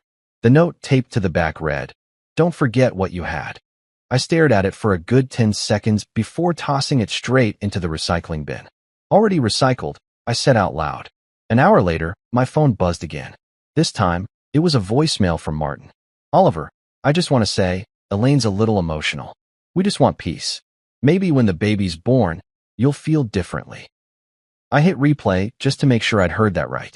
When the baby's born, you'll feel differently. That was rich. The only thing I'd feel differently about when that baby arrived was gratitude that diapers weren't my financial problem. Saturday morning, I decided to drive out to the farmer's market, cleanse the aura, buy overpriced honey, pretend I was thriving. While browsing tomatoes, I ran into someone who'd gone to church with Elaine. She gave me the pity look. We're all praying for Lily, she said gently. She's been through so much. I smiled. Me too, I said. Every night I pray she learns about accountability before her next relationship. The woman blinked, unsure whether I was serious, and walked away muttering something about bitterness. By Sunday, the phone calls finally stopped. Maybe they'd run out of emotional gas. Or maybe Martin had realized the futility of reasoning with a man who answered guilt trips with punchlines. I spent the afternoon cleaning, blasting music, and feeling a strange mix of peace and absurd amusement. That's when I saw it. One last text. From Elaine, of course. I hope you can live with yourself. I typed back. Oh, I sleep great. Thanks for checking. Then I hit send, blocked her number, and felt like I'd just deleted malware from my life. That evening, Mason swung by with 2 beers and his usual smirk. So the in-laws paid a visit, huh? Yep. Full parade. Trumpets, banners, emotional guilt confetti. How'd you handle it? Like a pro, I said. Polite tone, clear boundaries, light sarcasm. He grinned. That's your holy trinity. We clinked bottles, watched the game, and by halftime I realized something profound.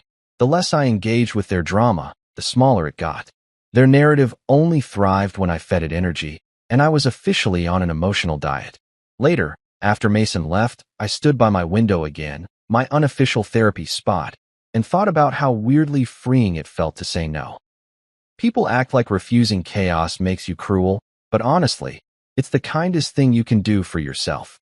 Somewhere out there, Lily's parents were probably still rehearsing their speeches, blaming me for everything from climate change to their daughter's poor judgment. Let them. I'd learned something better than revenge. Apathy with a good night's sleep. Before heading to bed, I poured a final drink, raised it toward the doorbell camera, and toasted quietly. To Martin and Elaine. May their next son-in-law come with a return policy. Then I took a sip, turned off the lights, and laughed softly to myself. Because that was the real victory. Not the silence, not the block numbers, not even the peace. The real victory was knowing I didn't need to explain my side anymore. The truth had already packed its bags and was marching proudly behind them in their little parade. Thursday morning dawned with that weird, glassy kind of sunlight that makes everything look cleaner than it is, like the world got power washed overnight by a very efficient angel with a hose. I woke up before my alarm, which either meant I was finally healing or my brain had decided sleep was for people who hadn't recently audited their relationships. Coffee, shower, fresh t-shirt, gym bag, boom. I was out the door with the confident stride of a man who'd changed all the passwords and slept like it. My gym isn't fancy, which is exactly why I love it. No eucalyptus towels, no influencer ring lights, no guy named Skylar selling powdered moon dust at the counter. Just iron, rubber, loud music, carpet that's seen things, and a front desk guy named Pete who looks like he could bench press a Ford Focus and then apologize for being in the way. I scanned in, shared the universal nod with the morning regulars, and headed to the rack for squats because nothing says therapy like putting your problems on a bar and standing up with them until your thighs file a complaint with HR. I had just finished my second set when I felt it. The change in air pressure that warns you a storm is building behind you. I re-racked the bar, turned, and there she was by the treadmills like a plot twist in overpriced leggings. Lily, belly visible, ponytail too tight, eyes already shining with that watery film people use when they're about to ask for what they're not owed. The playlist switched songs right then, as if a DJ in heaven selected drama, extended mix. She approached like a diplomat crossing a demilitarized zone. Oliver, just listen to me for 5 minutes, she said, breath hitching, volume calibrated to draw sympathy from distant cardio machines. I glanced at the clock above the mirrors, nodded once, and said, "You've got 3. Timer's running." A couple of dudes doing curls pretended not to eavesdrop with the focus of undercover agents. "I made a mistake," she said. "Jamie lied. He's married. He's a coward. He ghosted me. And I'm..."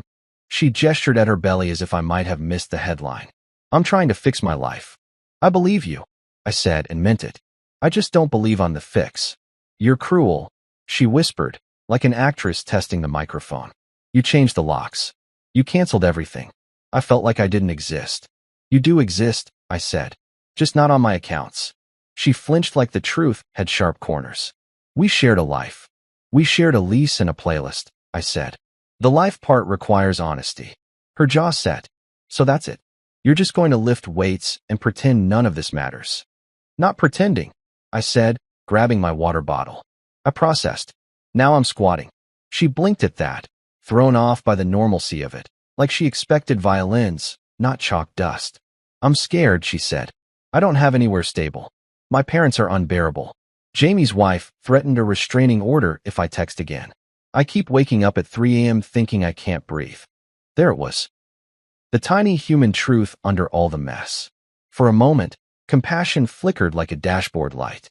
I wasn't made of stone. I was just done being used for heat. I lowered my voice. "I believe you're scared. I also believe you put yourself in the passenger seat of a car with no brakes because the driver promised great views." Her eyes watered. "I loved you." "If that was love," I said gently, "then love needs a better training program."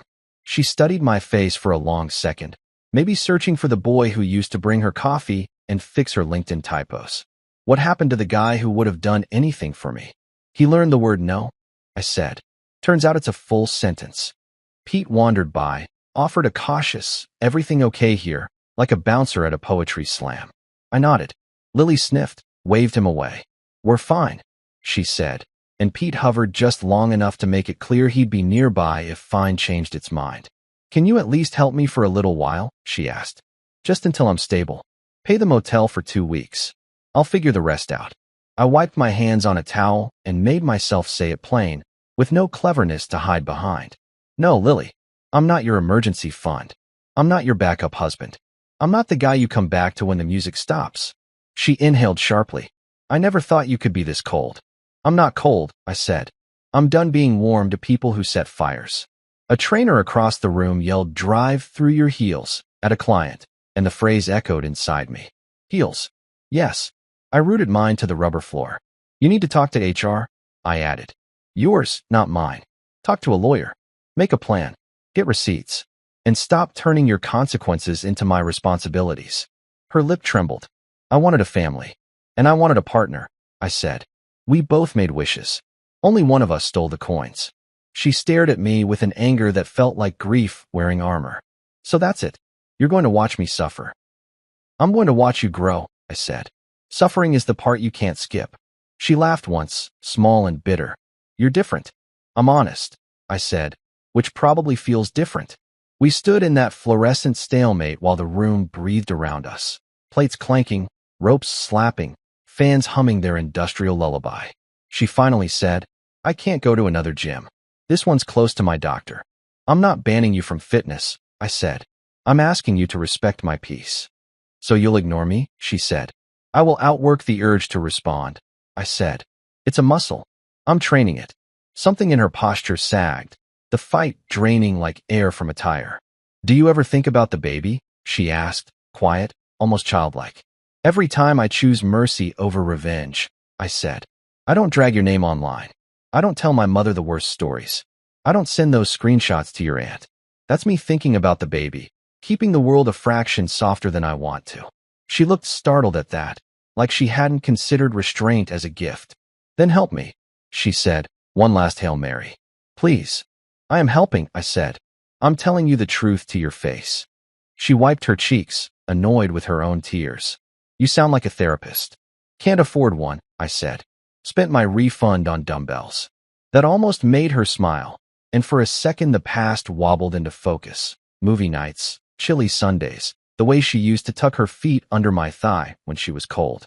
I let the image come and go like a stretch I wasn't keeping. Okay, she said finally, voice scraped thin. I get it. You won't help. I won't rescue, I said. Different verb.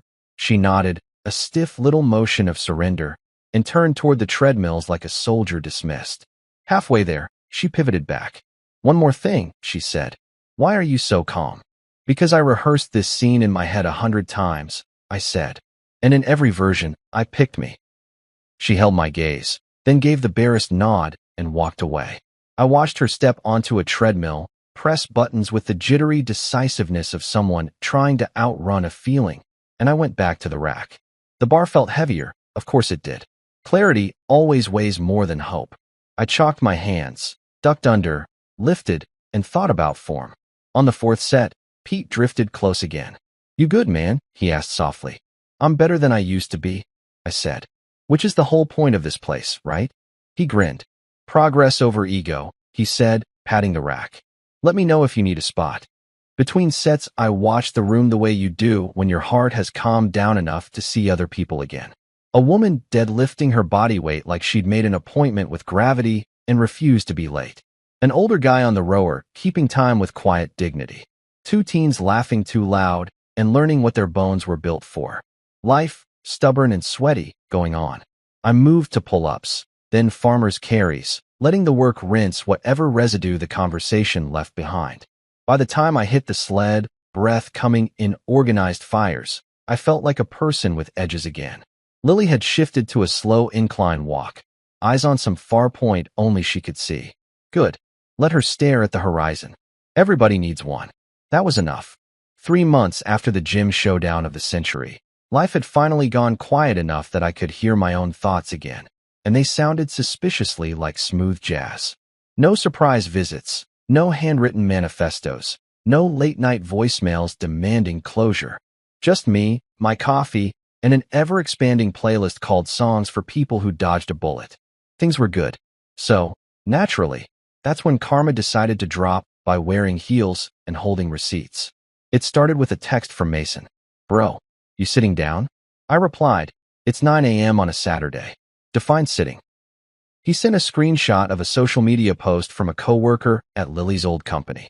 Apparently, Jamie's wife kicked him out, and HR is launching an investigation. Below it, a blurry picture of Jamie hauling cardboard boxes to a Camry that looked as tired as his soul.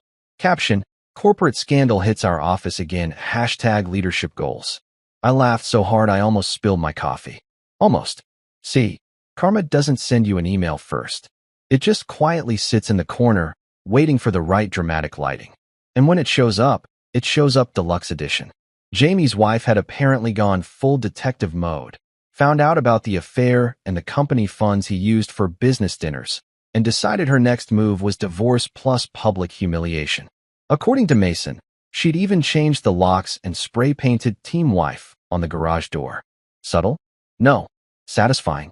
Absolutely. Meanwhile, Lily's world was collapsing faster than a cheap lawn chair. She'd lost the apartment Jamie had been paying for, the Audi got repossessed, because of course it did, and she moved back in with her parents. Remember Elaine and Martin, the self-appointed moral police? Yeah. Apparently they weren't thrilled about their daughter turning their guest room into a maternity ward/pity party. She'd posted a new profile picture anyway, her hand on her baby bump, captioned, "Strong women rise from ashes." Except the ashes were unpaid bills. By lunchtime, I was neck-deep in the group chat with Mason and Ryan, giving play-by-play commentary like it was the Super Bowl of regret.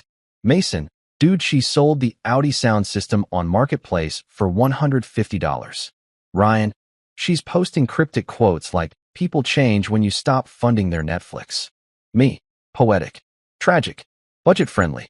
Of course, I told myself I was above it all, that I didn't care, but come on. If Karma were a TV show, you'd watch every episode. I made popcorn. Around 6 p.m. that night, Mason called, voice still shaking with secondhand amusement. "Bro, Jamie just posted on LinkedIn. He wrote an entire article about resilience through adversity." I spit my drink. "You mean he cheated, lost his job, and turned it into a motivational post?" Mason read it out loud. "Sometimes life challenges you to grow beyond your comfort zone. I'm grateful for the lessons pain teaches." I groaned. So he's basically rebranding as the Dalai Lama of bad decisions. Mason snorted. His wife commented, "Glad you're learning something." 10,000 likes. That night, I sat on my balcony with a beer, watching the city lights blink like the universe was in on the joke. It hit me that I didn't even feel vengeful anymore, just weirdly grateful. You spend months thinking you'll never get justice, and then one day you realize justice has a great sense of timing. 2 weeks later, I ran into Zoe, Lily's sister, at a coffee shop. I was mid-order when I heard the icy voice behind me. Wow. Guess Karma has favorites. I turned, smiled. "Zoe, hey. Still doing that Defend the Indefensible tour?" She rolled her eyes. "You're so smug." "Not smug," I said. "Just well-rested." She snapped. "She's been through hell. She doesn't deserve this." I took my coffee from the barista, leaned on the counter, and said, "Deserve is a big word. Maybe save it for people who don't steal company cars for team-building activities." Zoe scoffed. "You think you're better than her." "No," I said. "I just think I'm better off." Then I smiled politely and walked out, leaving her to argue with the foam on her latte. That conversation stuck with me longer than it should have. On the drive home, I kept thinking about how people like Zoe and Elaine needed a villain to explain why their fairy tale burned down. I was their bad guy, and honestly, fine. If being the villain in someone else's story keeps you out of their sequel, it's a promotion. Weeks rolled by, and rumors about Jamie and Lily kept surfacing like bad sequels. Someone said Jamie moved back in with his parents to reflect. Someone else said Lily was considering a tell-all podcast. I had one reaction to both. Please don't make me a guest. But the real news arrived one afternoon when Ryan burst into my office like he'd won the lottery. Bro, you are not ready. Jamie filed for limited child support. I blinked. What's limited child support? Like child support on layaway. Ryan grinned. He's claiming financial hardship. He says he can't afford to support the baby because he needs to rebuild his career. Guy made 6 figures last year. I laughed so loud my boss peeked in to ask if I was okay. Never better, I said. Just watching Karma finish her rounds. The next Saturday, I hit the gym again. Pete was at the front desk, nodded knowingly. Bro, you see that news about that corporate guy who got caught cheating? Hard to miss, I said. He laughed. People never learn. You don't mix business with pleasure unless you own the business, and the pleasure signs an NDA. I nearly spit out my pre-workout. Later that night, I was scrolling my feed and saw a photo of Lily, 8 months pregnant, standing in her parents' driveway, holding a baby shower cupcake. The caption, "Sometimes the strongest thing a woman can do is start over." The comments were all variations of "You got this," and "God gives his toughest battles to his strongest soldiers." And right underneath, Elaine had commented, "He will regret losing you forever." I tapped the heart icon out of pure sarcastic support. Then I logged off. I didn't need to win that argument anymore. That's the thing about karma. It doesn't always hit like a Hollywood explosion. Sometimes it's a slow burn that cooks exactly the right people at the right temperature. 3 months ago, I was the punchline of someone else's story. Now, I was just a guy sleeping 8 hours a night and eating vegetables voluntarily. Progress. One evening, I was sitting on my balcony again, because apparently that's where I have all my epiphanies, watching a summer thunderstorm roll in. Lightning flashed across the sky, and for a moment, it looked like someone was taking pictures of me from heaven. I thought about the old days, her laughter, the plans, the version of me that thought stability came from other people. Turns out stability's a DIY project. You build it yourself, one boundary at a time. Then came the final confirmation that the universe had a sense of humor. A letter arrived in my mailbox, not from Lily this time, but from a collections agency. Apparently, I'd been removed from the Audi lease months ago, but they still wanted a statement of release. I called the agent. "Sir, we just need to confirm that the vehicle was repossessed." "Oh, it was," I said cheerfully, metaphorically and literally. The guy paused. "Excuse me." "Never mind," I said. "Long story. Great ending." When I hung up, I laughed until I cried. Sometimes you don't plan a punchline. Life just delivers one via certified mail. That night, Ryan came over with pizza and said, "You realize you're basically a folk hero at this point?" Half the office uses "pull an Oliver" to mean cut off toxic people with style. I pretended to bow. My legacy is secure. He grinned. "Seriously though, man, you handled this whole thing like a pro." "Not a pro," I said. "Just a guy who finally read the terms and conditions of his own piece." After he left, I cleaned up, stood in the quiet kitchen, and realized the story was ending itself. No grand revenge, no dramatic showdown with Jamie in a parking lot, no bitterness left to chew. Just me, calm, content, and ready for whatever came next. And maybe that's what karma really is. Not some cosmic hit and run, but a slow, patient accountant balancing the books. One day, you wake up and realize the universe closed the case months ago. I looked around my apartment, my place, my rules, my silence. And for the first time in forever, I felt something like relief. It wasn't revenge. It was closure with interest. And it tasted a lot like peace. It was one of those soft, indecisive afternoons where the sky can't decide if it's depressed or just lazy. I was sitting at the cafe across from my apartment. Same corner table, same chipped mug, same overpriced coffee that tasted like closure with a hint of burnt optimism when I saw her. 3 months since the repossession, 5 since the infamous phone call, and there she was on the other side of the street, belly round, hair a little duller, eyes fixed on a grocery bag that looked heavier than her dignity. For a second, instinct almost made me stand up. Almost. But then I remembered her voice. Clear as day. "I'm moving in with my boss, Jamie. We're having a baby together." And I stayed put, stirring my coffee like I was conducting an orchestra of restraint. She didn't see me.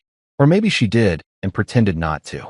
Either way, she was wobbling under those bags like the universe had decided to give her a workout plan called Consequences, full body edition. I watched her drop one bag, bend to grab it, and the corner of a cereal box peeked out, some off-brand flakes that screamed budget life. My heart didn't ache, it shrugged. I took a slow sip and whispered, "Still congratulations," like it was a prayer for my own sanity. The barista, a college kid who always looked one assignment away from a breakdown, raised an eyebrow. "You say something?" "Just blessing the coffee," I said. He nodded like that made perfect sense in this economy. After she disappeared around the corner, I checked my phone. Nothing urgent.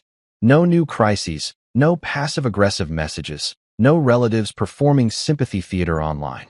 Just peace. It's wild how silence, once terrifying, becomes addictive when you realize it means nobody's lying to you that day. Later that week, the silence broke, but only slightly. I was at home, scrolling through the never-ending chaos of social media, when a message popped up from an unknown number. "Hey, this is Zoe." "Great." The ambassador of misplaced loyalty. The text continued. "Lily had the baby. It's a boy. She's naming him Miles. She thought you should know." I stared at the screen for a long moment, thumb hovering over reply, brain doing that thing where it pretends indecision is deep thought. Eventually I typed, "Tell her congratulations." Hit send. End of transmission. 30 seconds later came the inevitable follow-up. "She could use some help with baby expenses." I actually laughed out loud, the kind of laugh that starts as disbelief and ends as cardio. I typed back, "Sure, ask Jamie's HR department." Then I muted the conversation. A few minutes later, Mason texted me a screenshot of Zoe's Facebook post. A baby photo wrapped in a hospital blanket with a caption that read, "Welcome, little miracle. Some people walk away, but angels stay." Mason added, "You should probably frame this for the Hall of Audacity." I sent back a thumbs-up emoji and poured myself a beer.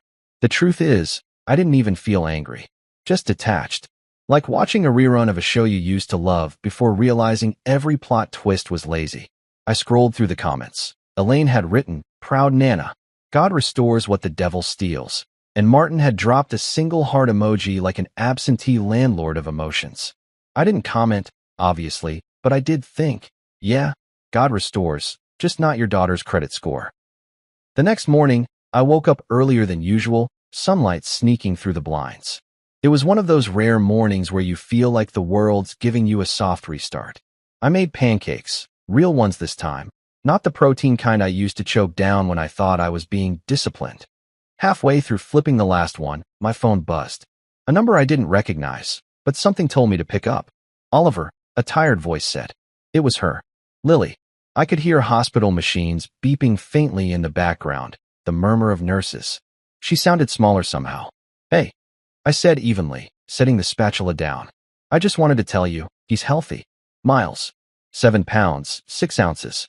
I know you probably don't care, but..." "I care," I interrupted softly. "Just not in the way you want." She went quiet. Then, "I don't know why I called. I guess I just wanted to hear your voice."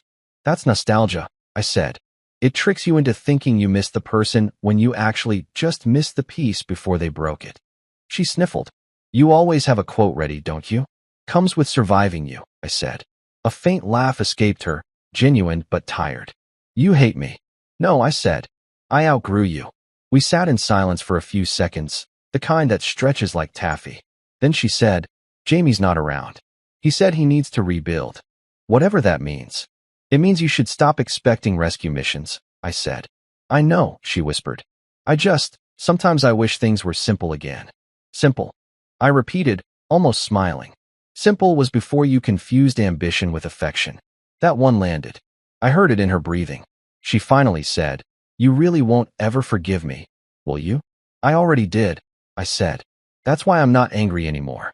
The line stayed quiet long enough that I thought she'd hung up. Then she said, barely audible, "Congratulations, Oliver. You got your piece." Click. Call ended. I stood there for a while, spatula still in hand, letting the weight of that irony settle. Congratulations. The same word I'd thrown at her like a paper airplane months ago. It circled back, this time without venom, and landed exactly where it belonged. The next few days passed in a blur of ordinary bliss. Work, gym, dinners with Mason and Ryan, evenings spent reading instead of doom scrolling. You know life's improving when your biggest problem is running out of clean socks instead of patience. One evening, I was walking home from the office when I passed a small park near the hospital. A woman was sitting on a bench, rocking a baby stroller, humming softly. For a second I thought, no, couldn't be. Then she looked up. Lily. I froze mid-step, but she smiled faintly, like seeing a ghost she'd once known well. I nodded. She gestured at the stroller. Miles, she said quietly. He likes trees. They calm him. Smart kid, I said. We stood there for an awkward minute, two ex-lovers politely sharing oxygen. Then she said, I'm sorry. For everything. I nodded again, because forgiveness doesn't need a speech, just an understanding that the chapter's closed. You look happy, she added. I am, I said. Turns out peace is cheaper than therapy. She smiled at that, tired but real. Then she looked down at her son. He'll never know what happened between us, she said. Good, I said. Let him write his own story. She nodded. Take care, Oliver. You too, Lily. And just like that, the universe performed its final magic trick, closure disguised as small talk in a public park. I walked away lighter than I'd felt in years. A few weeks later, life did what it always does. It kept going. I met someone new, actually. Her name's Clara. She's an architect, brilliant with sarcasm, allergic to drama, and the kind of woman who reads contracts before signing them. Our first date was simple, burgers, fries, easy laughter, but it felt honest.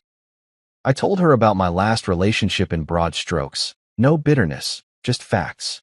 She smiled and said, so basically, you survived a reality show. Exactly, I said. And now I'm retired. 3 months into dating, I realized something crazy. I didn't check my phone anxiously anymore. I didn't rehearse arguments in the shower. I didn't crave revenge. I just lived. Clara and I built something quiet and steady, the kind of relationship you don't have to explain in group chats.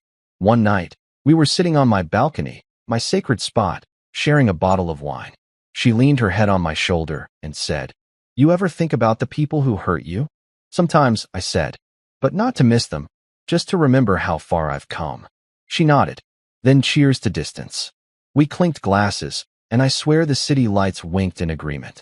Weeks turned into months, and I hardly thought about Lily anymore. Occasionally, I'd hear updates through the grapevine. She moved out of her parents' house, started freelancing online, maybe found therapy that didn't involve my wallet. Good for her. Everyone deserves a reboot, even the ones who crashed your system first. Then one afternoon, an email hit my inbox from an address I didn't recognize. Subject line, thank you. I hovered over delete, but curiosity won. It was from Lily. One line only. I meant what I said at the park. You got your piece. I'm still earning mine. Take care. No drama. No attachments. Just punctuation. I smiled, closed the laptop, and whispered again, still congratulations. And for the first time since that absurd phone call months ago, the word didn't taste bitter.